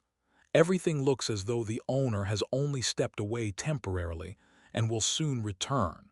Some of the sailors suggest taking food and immediately returning to the ships, but Odysseus chooses to stay. This is a very characteristic detail in his myths. Again and again, curiosity pushes him farther than wisdom probably should. Inside, the cave is much larger than it appeared from outside. Light from the entrance fades quickly. The air feels heavy and warm from the animals. Straw covers the stone floor. Sheep move somewhere in the darkness. Along the walls stand large wooden containers filled with milk and cheese. The sailors begin eating and waiting for the cave's owner. Gradually, darkness falls outside, and then they hear footsteps for the first time. At first distant among the rocks, then closer. Something enormous is slowly climbing toward the cave together with a flock of animals. When Polyphemus finally enters, his body almost completely fills the entrance. In Greek mythology, cyclopes feel less like ordinary monsters and more like beings from an older, rougher world that existed before familiar human civilization. Polyphemus lives alone among rocks and livestock, almost entirely disconnected from cities, laws, and the normal rules of Greek society. He drags a gigantic stone across the entrance and seals the cave shut. This is one of the most disturbing details in the entire story. Odysseus and his men immediately understand that moving such a stone themselves is impossible. Even if the Cyclops falls asleep, they still will not be able to escape. Suddenly, the cave becomes a trap. Polyphemus lights a fire. The glow moves across damp stone walls, illuminating sheep, containers, and the men standing frozen near the back of the cave. Only then does the Cyclops notice his unexpected guests. He asks who they are. Odysseus tries speaking calmly. He explains they are travelers lost at sea and asks for hospitality. For ancient Greeks, this was an important moment. The laws of hospitality were considered almost sacred. Anyone refusing basic kindness to travelers already appeared dangerous and uncivilized long before committing actual violence. But Polyphemus lives according to entirely different rules. He barely reacts to Odysseus's words. Then he simply grabs two sailors. Ancient writers do not describe the violence in graphic detail, but the atmosphere inside the cave becomes increasingly oppressive. An enormous creature sitting beside the fire, a narrow enclosed space without escape, the smell of animals, men realizing they are far too distant from their ships and any hope of help. The night inside the cave passes slowly. The sailors barely sleep. Nearby they hear the breathing of the Cyclops, the movement of sheep, and the crackling of the fire. The stone still seals the entrance, and beyond the cave lies the sea, now completely unreachable. In the morning, Polyphemus moves the stone aside, lets the flock out to graze, and seals the entrance shut again afterward. Only then does Odysseus fully understand that brute force will never save them. Much of the myth is built not around battle, but around waiting, observing, and searching for a solution inside a confined space. The men study the Cyclops' habits, the movement of the flock, and the way he blocks the entrance. Later, Odysseus offers Polyphemus wine. This is another important detail. For the Greeks, wine represented civilization itself, trade, feasts, ritual, and culture. But the Cyclops, living among rocks and sheep, is almost unfamiliar with such things. Polyphemus becomes drunk quickly. The fire slowly burns lower. The air inside the cave grows even heavier. And then Odysseus and his men begin sharpening a long stake made from olive wood. They harden it in the fire. And once the Cyclops falls asleep, they use the stake against his single eye. Even after this, the myth still does not become a heroic battle. Polyphemus thrashes wildly through the cave, nearly blind. He screams, gropes along the walls, and tries grabbing the men with his hands. But the entrance remains blocked by the massive stone. Other Cyclopes outside hear the noise and ask what happened, but Polyphemus answers that nobody is hurting him. That is the false name Odysseus gave earlier. Only the following morning does a chance for escape finally appear. Polyphemus lets the flock out to graze while running his hands across the backs of the animals, checking whether the men are hiding among them. Instead, the sailors cling beneath the sheep, gripping the thick wool while slowly passing directly beneath the Cyclops himself. After days trapped inside the cave, the fresh sea air outside feels almost unreal. They run toward the ships, push away from shore, and only then does Odysseus look back toward the rocky island where, among cliffs and caves, remains a creature from an older world living far away from cities, laws, and ordinary human order. And perhaps that is why the story of Polyphemus still feels so strange today. Not like a heroic battle between man and monster, but like a slow, claustrophobic collision between two completely different worlds inside a dark cave beside the sea. 15th myth, the next myth from ancient Greece, told of a creature that moved through forests and fields for weeks, leaving behind destroyed villages, trampled earth, and people too, frightened to leave their homes after dark. The hunt that never seemed to end. To the ancient Greeks, the story of the Caledonian boar was not simply about a gigantic animal. It was a myth about a long hunt through cold forests, mud, exhaustion, and the constant feeling that somewhere just beyond the bushes, something far too large for an ordinary beast was moving through the darkness. The forests of ancient Greece looked very different from the way they do today. In many regions they were dense, difficult to cross, and genuinely dangerous. Beyond the cities and roads, a person quickly found themselves among rocky slopes, thick undergrowth, marshy ground, and wild animals far more common in the ancient world than they are now. People avoided traveling deep into forests alone, especially at night or during colder seasons. It was in places like these that stories about the Caledonian boar began to spread. The myth starts with King Oeneus. One year, during major sacrifices to the gods, he forgets to offer tribute to Artemis. In Greek mythology, mistakes like this almost never pass without consequences. Rituals were treated with enormous seriousness, and disturbing the relationship between mortals and gods gradually caused something inside the world itself to go wrong. In response, Artemis sends a monstrous boar into the lands of Caledon. An important detail is that wild boars were already considered extremely dangerous animals in the ancient world. They were fast, aggressive, and capable of seriously injuring or killing hunters, even during ordinary hunts.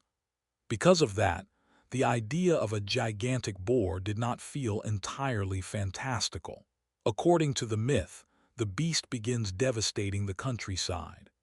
At night it emerges from the forest, destroying crops, tearing apart vineyards, and terrifying livestock. People discover flattened fields, broken trees, and deep tracks pressed into the mud beside farmland. Some hunters attempt to track the creature alone, but they either return quickly in fear or disappear into the woods entirely. What matters is the growing feeling of anticipation. The boar does not appear immediately in one grand scene. Instead, people live for months beside the knowledge that somewhere in the forests there is a dangerous creature, capable of emerging onto roads or fields at any moment. Eventually, Oeneus gathers a great hunting party. Famous heroes arrive in Caledon from across Greece. To ancient audiences, this would have felt almost like a massive expedition. Men bring spears, dogs, bows, and provisions. Hunting large animals in the ancient world was already considered exhausting and dangerous, especially in forested terrain where the animal understood the landscape far better than the hunters did. Among the hunters is Atalanta. She is one of the most unusual figures in the myth, a huntress raised in the wilderness and accustomed to life outside ordinary Greek society. Many of the men resent her presence, yet she will later become the first person to wound the boar. Before the hunt begins, the hunters camp beside the forest. They light fires, sharpen weapons, check spearheads and leather straps. The dogs grow restless at the scent drifting out from deep among the trees. Scenes like these would have felt deeply familiar to ancient people. Hunting rarely resembled a clean, heroic duel. More often, it became hours of waiting, struggling through rough terrain, and trying not to lose the trail among mud, rocks, and wet branches. At dawn, the hunters enter the forest. Gradually, the world darkens beneath the trees. The ground is damp and uneven. The hunters move slowly, attempting to remain quiet, though a group this large can never fully hide its presence.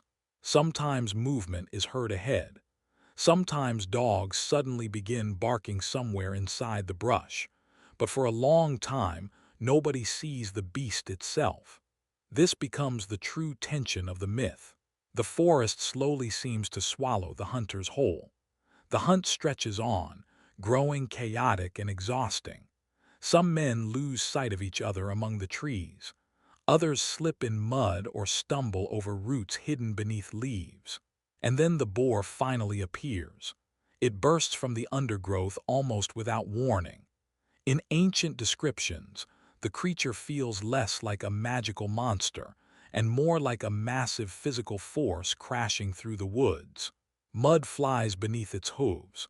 Branches snap apart. Dogs scatter in panic. Some hunters do not even manage to raise their spears in time. To ancient audiences, this scene felt entirely believable. A large wild animal truly could kill a man within seconds, especially inside dense forest where movement was difficult and formation impossible to maintain.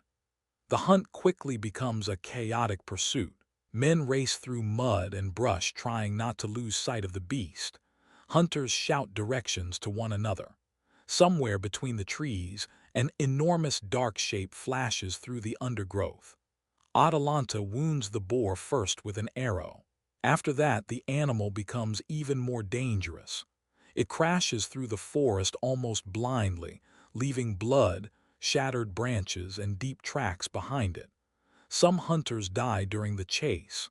Others gradually collapse from exhaustion. And exhaustion becomes one of the most important parts of the story.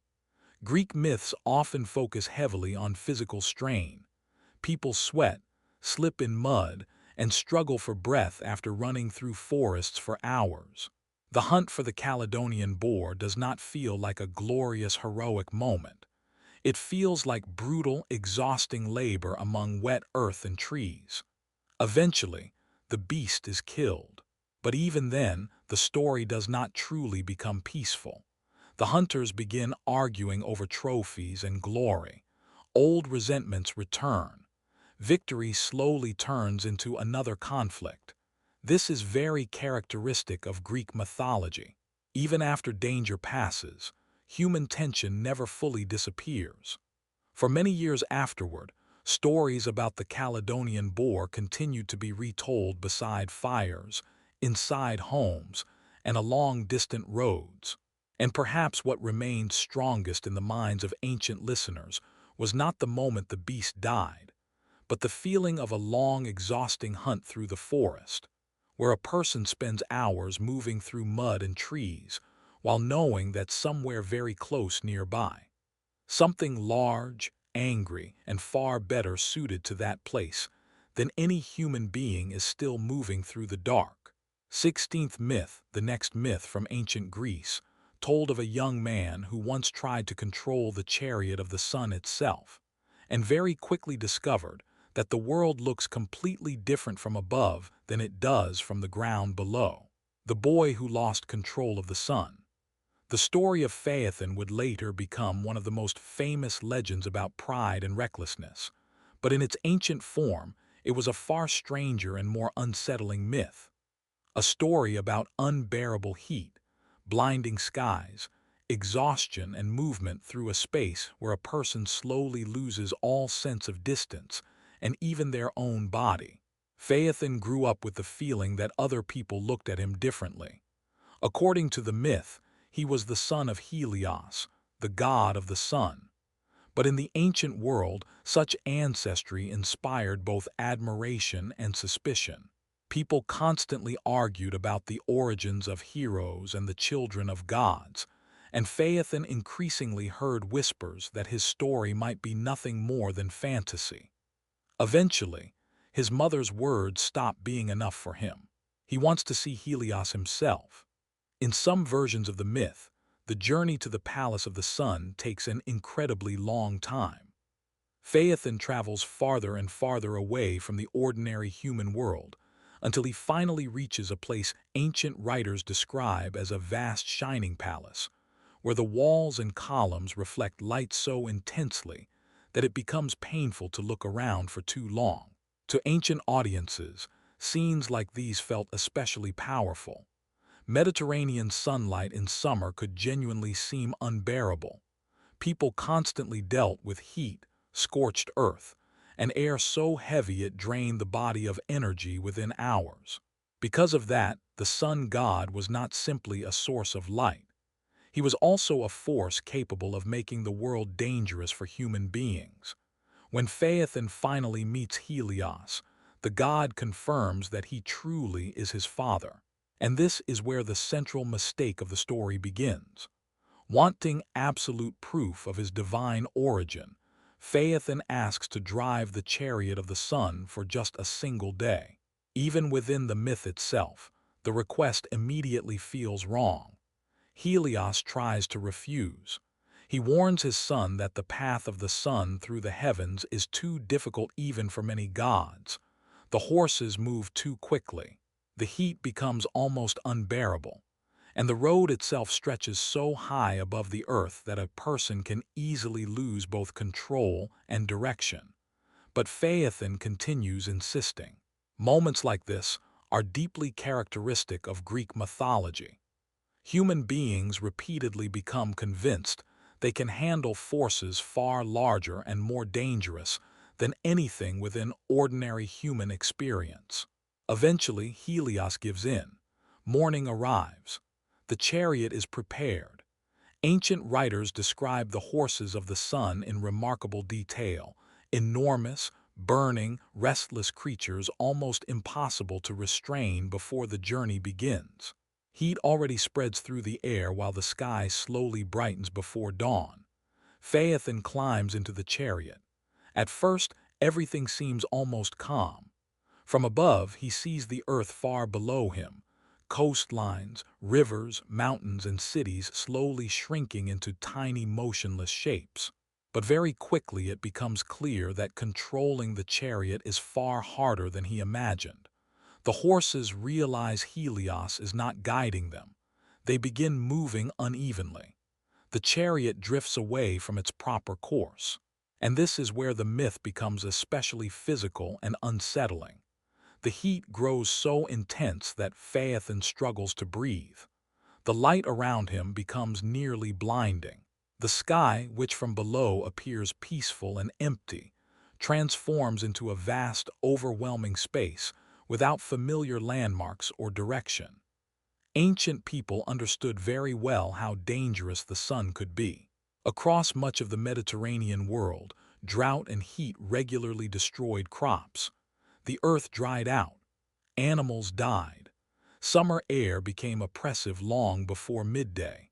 Because of that, the story of someone losing control of the sun did not feel like abstract fantasy. It felt like an explanation for a very real fear of destructive heat. The chariot begins descending too low. According to the myth, this is when parts of the earth begin burning. Rivers shrink. Forests ignite. People below look upward and realize something in the sky has gone terribly wrong. Some ancient writers even connected the myth to the existence of deserts and scorched landscapes. They imagined that Phaethon once brought the sun too close to the earth and left entire regions burned in his wake. But by this point, Phaethon barely controls anything at all. The chariot continues racing through blinding air while the horses grow increasingly wild. The longer the journey continues, the less order remains. The world above dissolves into heat, motion, and unbearable light. An important detail is that the myth never truly portrays Phaethon as evil. Instead, he feels more like a human being who realizes far too late the scale of the force he attempted to control. Eventually, Zeus intervenes. If the chariot continues moving chaotically, the entire world may perish. So Zeus strikes Phaethon with a lightning bolt, and the young man falls from the sky. Later, his body is found beside a river. His sisters continue mourning him there for a long time afterward. In some versions of the myth, they slowly transform into trees, while their tears become amber. But even then, the story does not end with the feeling of heroic tragedy. It feels more like a strange exhaustion after catastrophe. The sky returns to its normal movement. The sun resumes its proper path. Human life continues inside an ordinary world where heat, drought, and blinding daylight still serve as reminders of how dangerous the ancient Greeks believed the sun itself could be. And perhaps that is why the myth of Phaethon survived for so many centuries. Not only as a warning about pride, but as a very ancient story about a person who rose too high, found himself inside a blinding sky, and realized far too late that some forces in the world can never truly be controlled by human hands. 17th myth, the next myth from ancient Greece told of an island where sailors first felt relief after a long voyage, only to slowly realize that something around them was deeply wrong. The island of Circe.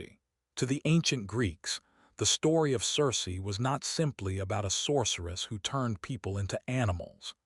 It was a myth about exhausted travelers, a strange house deep in the woods, unfamiliar food, heavy sleep, and the gradual feeling that the world around you has changed in ways you no longer fully understand.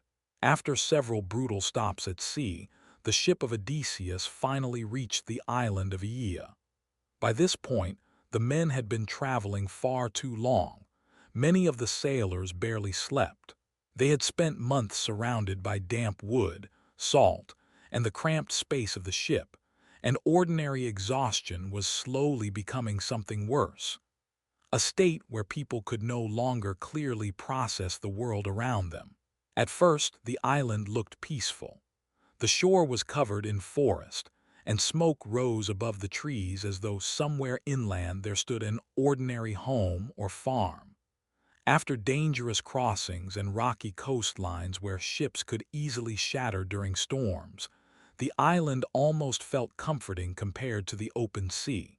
Odysseus orders the crew divided into groups to explore the island.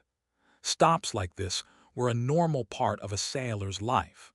The men needed water, food, and some understanding of whether it was safe to remain near the shore until morning. One group begins moving inland through the forest. The farther they travel from the sea, the quieter the world becomes. At first, the sound of waves and coastal wind can still be heard faintly behind them, but gradually only footsteps through grass and distant animal noises remain. The forest feels dense and strangely motionless. The air is heavy after the day's heat, and the paths become harder to follow. That is when the sailors notice Circe's house. It stands among the trees beside a cleared patch of land. Lamplight glows from inside, and a human voice can be heard somewhere beyond the doorway. Around the house wander animals, lions and wolves, behaving far too calmly. This is one of the strangest details in the myth. The animals approach the sailors almost like domestic dogs. Some even allow themselves to be touched. And it is exactly this unnatural gentleness that begins feeling disturbing. Later, it becomes clear they were once human beings. Circe invites the sailors inside. After such a long voyage, the house appears warm and safe. Food rests on the tables. Wine fills the cups. The rooms are cooler than the heavy air outside beneath the forest trees. For exhausted sailors, such a place must have felt almost like salvation, especially after months of hardship. In the ancient world, hospitality was considered an essential part of life. Travelers depended constantly on the kindness of strangers during voyages and long journeys. So the sailors quickly relax and begin eating. And that is when everything starts changing. There is a potion mixed into the drink. But what is interesting is that the transformation does not happen as a sudden magical flash. The sailors first begin losing the ability to think and move normally. Their behavior becomes confused and erratic before the physical change even begins. Then Circe touches them with her staff, and the sailors become pigs. To modern audiences, this may sound almost fairy tale-like, but to ancient Greeks, the transformation carried something deeply unpleasant. Pigs were associated with filth, noise, greed, and lives governed entirely by physical appetite. The transformation was not simply bodily. It represented the loss of human identity itself. What made it especially horrifying was that the sailors still retained their memories. In some versions of the myth, they still understand who they are but can no longer speak or behave like human beings. One sailor manages to escape back to the ship and tells Odysseus what happened. At first, the story sounds so bizarre that the others struggle to believe him. But by now, the island itself has begun creating a heavy sense of unease among the crew. The forest feels too quiet. Smoke still rises above the trees in the still evening air, and the men who entered the woods have not returned. Odysseus decides to go himself. On the path through the forest, he encounters Hermes. In Greek mythology, scenes like this often feel surprisingly calm and ordinary. A god simply appears beside the road like a passing traveler and quietly warns Odysseus about the danger ahead. Hermes gives him a special plant meant to protect him from Circe's magic. Even here, the myth preserves the atmosphere of a weary journey rather than a heroic adventure. Odysseus enters the house in the forest once again. The lamps still burn. Food remains on the tables. Somewhere nearby, animals move quietly through the grass. Circe offers him wine again. But this time, the spell does not work, and from that moment the atmosphere of the story slowly changes. In many versions of the myth, Circe immediately realizes she is dealing with someone protected by the gods. She restores the sailors to human form, feeds them, and allows them to remain on the island. But the strangeness of the myth never disappears, because Odysseus and his crew stay there for a very long time. Some versions say an entire year. After endless dangers at sea, the ocean suddenly disappears from their lives.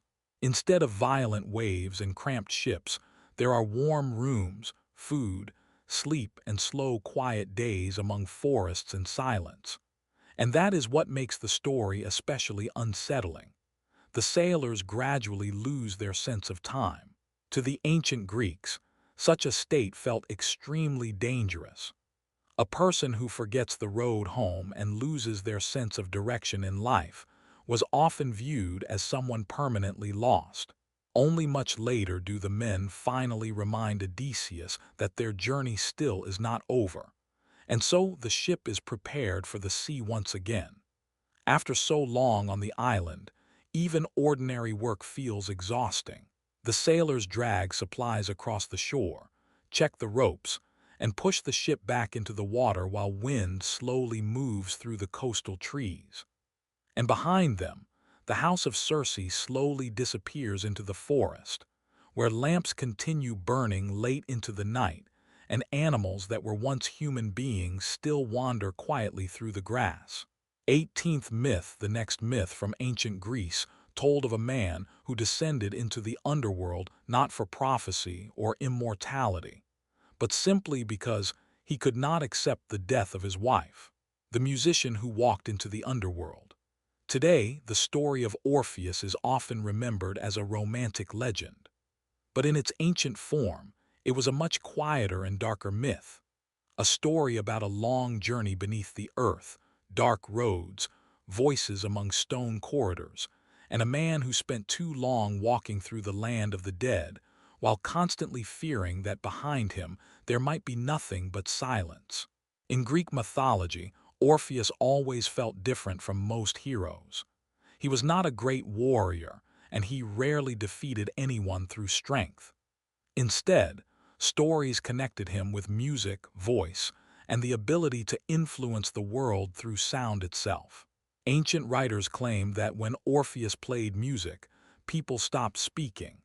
Animals approached him quietly. Listeners could sit motionless for hours while his songs continued. To the ancient world, this did not feel like simple poetic exaggeration. Music in ancient Greece was treated with enormous seriousness. It accompanied religious rituals, funerals, theatrical performances, and public ceremonies. People genuinely believed sound could alter a person's state of mind, especially at night, during long festivals, or in periods of mourning. Orpheus's wife was Eurydice. The myths say very little about her life, and that too is characteristic of many Greek stories. Sometimes a person becomes important not through biography, but through the absence left behind after death. According to the myth, Eurydice dies suddenly. In many versions, she steps on a snake hidden in the grass and dies before evening arrives. To the ancient Greeks, this kind of death felt frighteningly realistic. People constantly faced disease, poison, accidents, and situations where life could end within hours. After the funeral, Orpheus does not return to ordinary life. Some stories say he almost stops speaking to other people entirely and spends long periods wandering far from cities. The Greeks paid extremely close attention to mourning. The loss of a loved one involved long rituals, restrictions, and the constant presence of death inside the household itself. Eventually, Orpheus begins considering something that would have seemed nearly impossible to an ordinary person. He decides to travel into the underworld and bring Eurydice back. In Greek mythology, the path toward the land of the dead almost always begins far away from ordinary life. A traveler moves through empty roads, caves, or dark riverbanks where the world grows colder and quieter than the land of the living. And the farther someone travels, the fewer familiar human sounds remain. Some ancient writers imagine the entrance to the underworld as a deep crack among rocks beside black water. Orpheus descends there alone. The only thing he carries with him is his instrument. Much of the myth is built around the feeling of moving slowly through a space where every sign of ordinary life gradually disappears. No sunlight, no sea wind, only stone, darkness, and faint distant lights somewhere far ahead. Eventually, Orpheus reaches the river of the dead. There he meets Charon, the old ferryman silently transporting souls across the black water of the underworld. In Greek mythology, Charon rarely appears especially cruel or emotional. He feels more like someone who has repeated the same task for so long that it has become part of the structure of existence itself. But Orpheus's music changes even this place. When he begins to play, the underworld itself seems to pause briefly. The dead stop moving. Charon allows him to pass. Even Cerberus, the enormous hound guarding the gates of Hades, grows calm and lets him continue deeper inside. Interestingly, in ancient versions of the myth, music does not work like modern magic. Instead, it feels like something capable of temporarily softening the heaviness of the underworld itself. Orpheus continues onward. Shadows of the dead begin appearing around him. Some move slowly beside dark riverbanks. Others stand nearly motionless near the black water.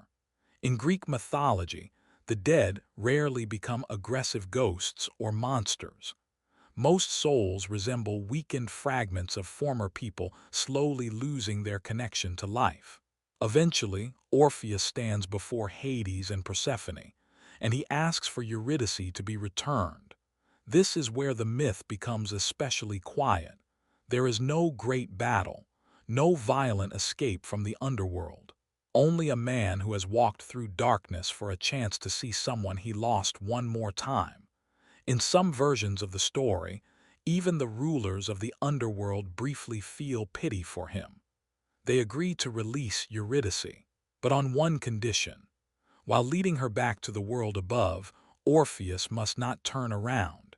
It is a very characteristic condition in Greek mythology, a simple rule that slowly becomes almost impossible to obey. And so the return journey begins. Orpheus walks once more through the dark corridors of the underworld. Somewhere ahead, there should already be light. But the strange part of the scene is that Eurydice always remains behind him. He cannot look at her. He cannot confirm she is truly following him. Only footsteps, and not always even those. Some versions of the myth emphasize how silent the journey becomes. A man climbs through stone corridors and slowly begins doubting whether he hears another person behind him at all, or only his own footsteps and the echo of underground passageways. It is this uncertainty that slowly destroys his confidence, and when the exit is finally close, Orpheus turns around, just for a moment, and instantly realizes his mistake. Eurydice begins fading back into the darkness of the underworld, without screaming, without trying to hold on. In Greek mythology, death often feels exactly like this, not a sudden catastrophe, but a slow and final disappearance into a place from which no one truly returns. Afterward, Orpheus is alone once again. Some versions say he wandered among people for many years afterward without ever fully returning to his previous life. Others say he continued making music, though it no longer sounded the same. But the myth remained memorable to the ancient Greeks not only as a love story. It felt more like a quiet story about a man who once traveled too far into the land of the dead, listened too long to the silence of underground roads, and in the end still returned to the world above alone. Over time, the ancient Greek world began changing so dramatically that many of the old myths slowly stopped being part of everyday life. Cities expanded. More and more trade routes crossed the Mediterranean, and with them came new religions, new rulers, and entirely new ways of understanding the world. But even then, the old stories never disappeared completely.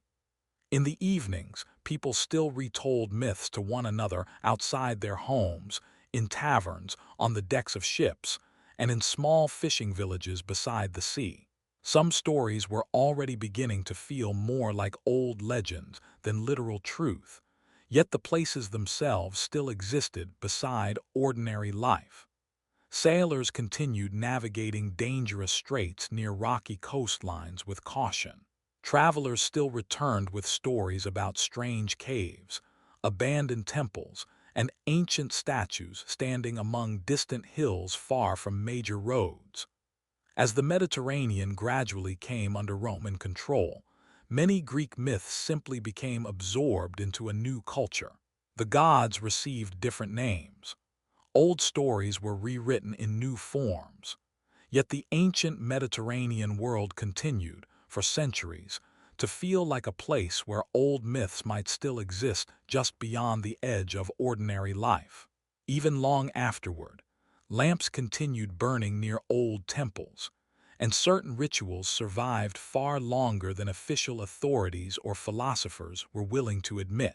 People still left small offerings beside springs, trees, and stone shrines, whose origins nobody could fully explain anymore. Fishermen avoided certain stretches of sea because of old superstitions. Stories about strange sounds among cliffs and mist continued passing quietly from one generation to the next. Gradually, many ancient temples began falling empty. Stone stairways gathered dust. Roofs collapsed inward. Statues remained standing among tall grass and sea wind. In some places, the old roads once used by pilgrims and processions slowly disappeared beneath earth and vegetation. And yet at night, those places still looked as though the past had never entirely left. Along the Mediterranean coast, waves continued moving against the shore. Ships rocked gently in harbors. Oil lamps slowly burned out behind household windows. People fell asleep after long days while wind moved through the empty colonnades of abandoned temples. And somewhere inside the darkness remained the old stories about gods, underground rivers, sea creatures, and strange places that had once seemed fully connected to the real world. And perhaps that is why Greek myths survived for so long. Not only because of heroes or monsters, but because they were born in a world where night was truly dark, the sea genuinely dangerous, and much of reality still left space for fear, superstition, and the feeling that beyond the glow of an oil lamp, something unknown might still be waiting. Late at night, the ancient Mediterranean world slowly grew quiet. Fewer voices remained in the harbors. The last lights reflected across dark water. Wind carried the smell of salt and damp stone from empty shores. And somewhere within that silence, the old myths continued existing for a very long time after the temples, cities, and people who once told those stories had already begun disappearing into the passing centuries.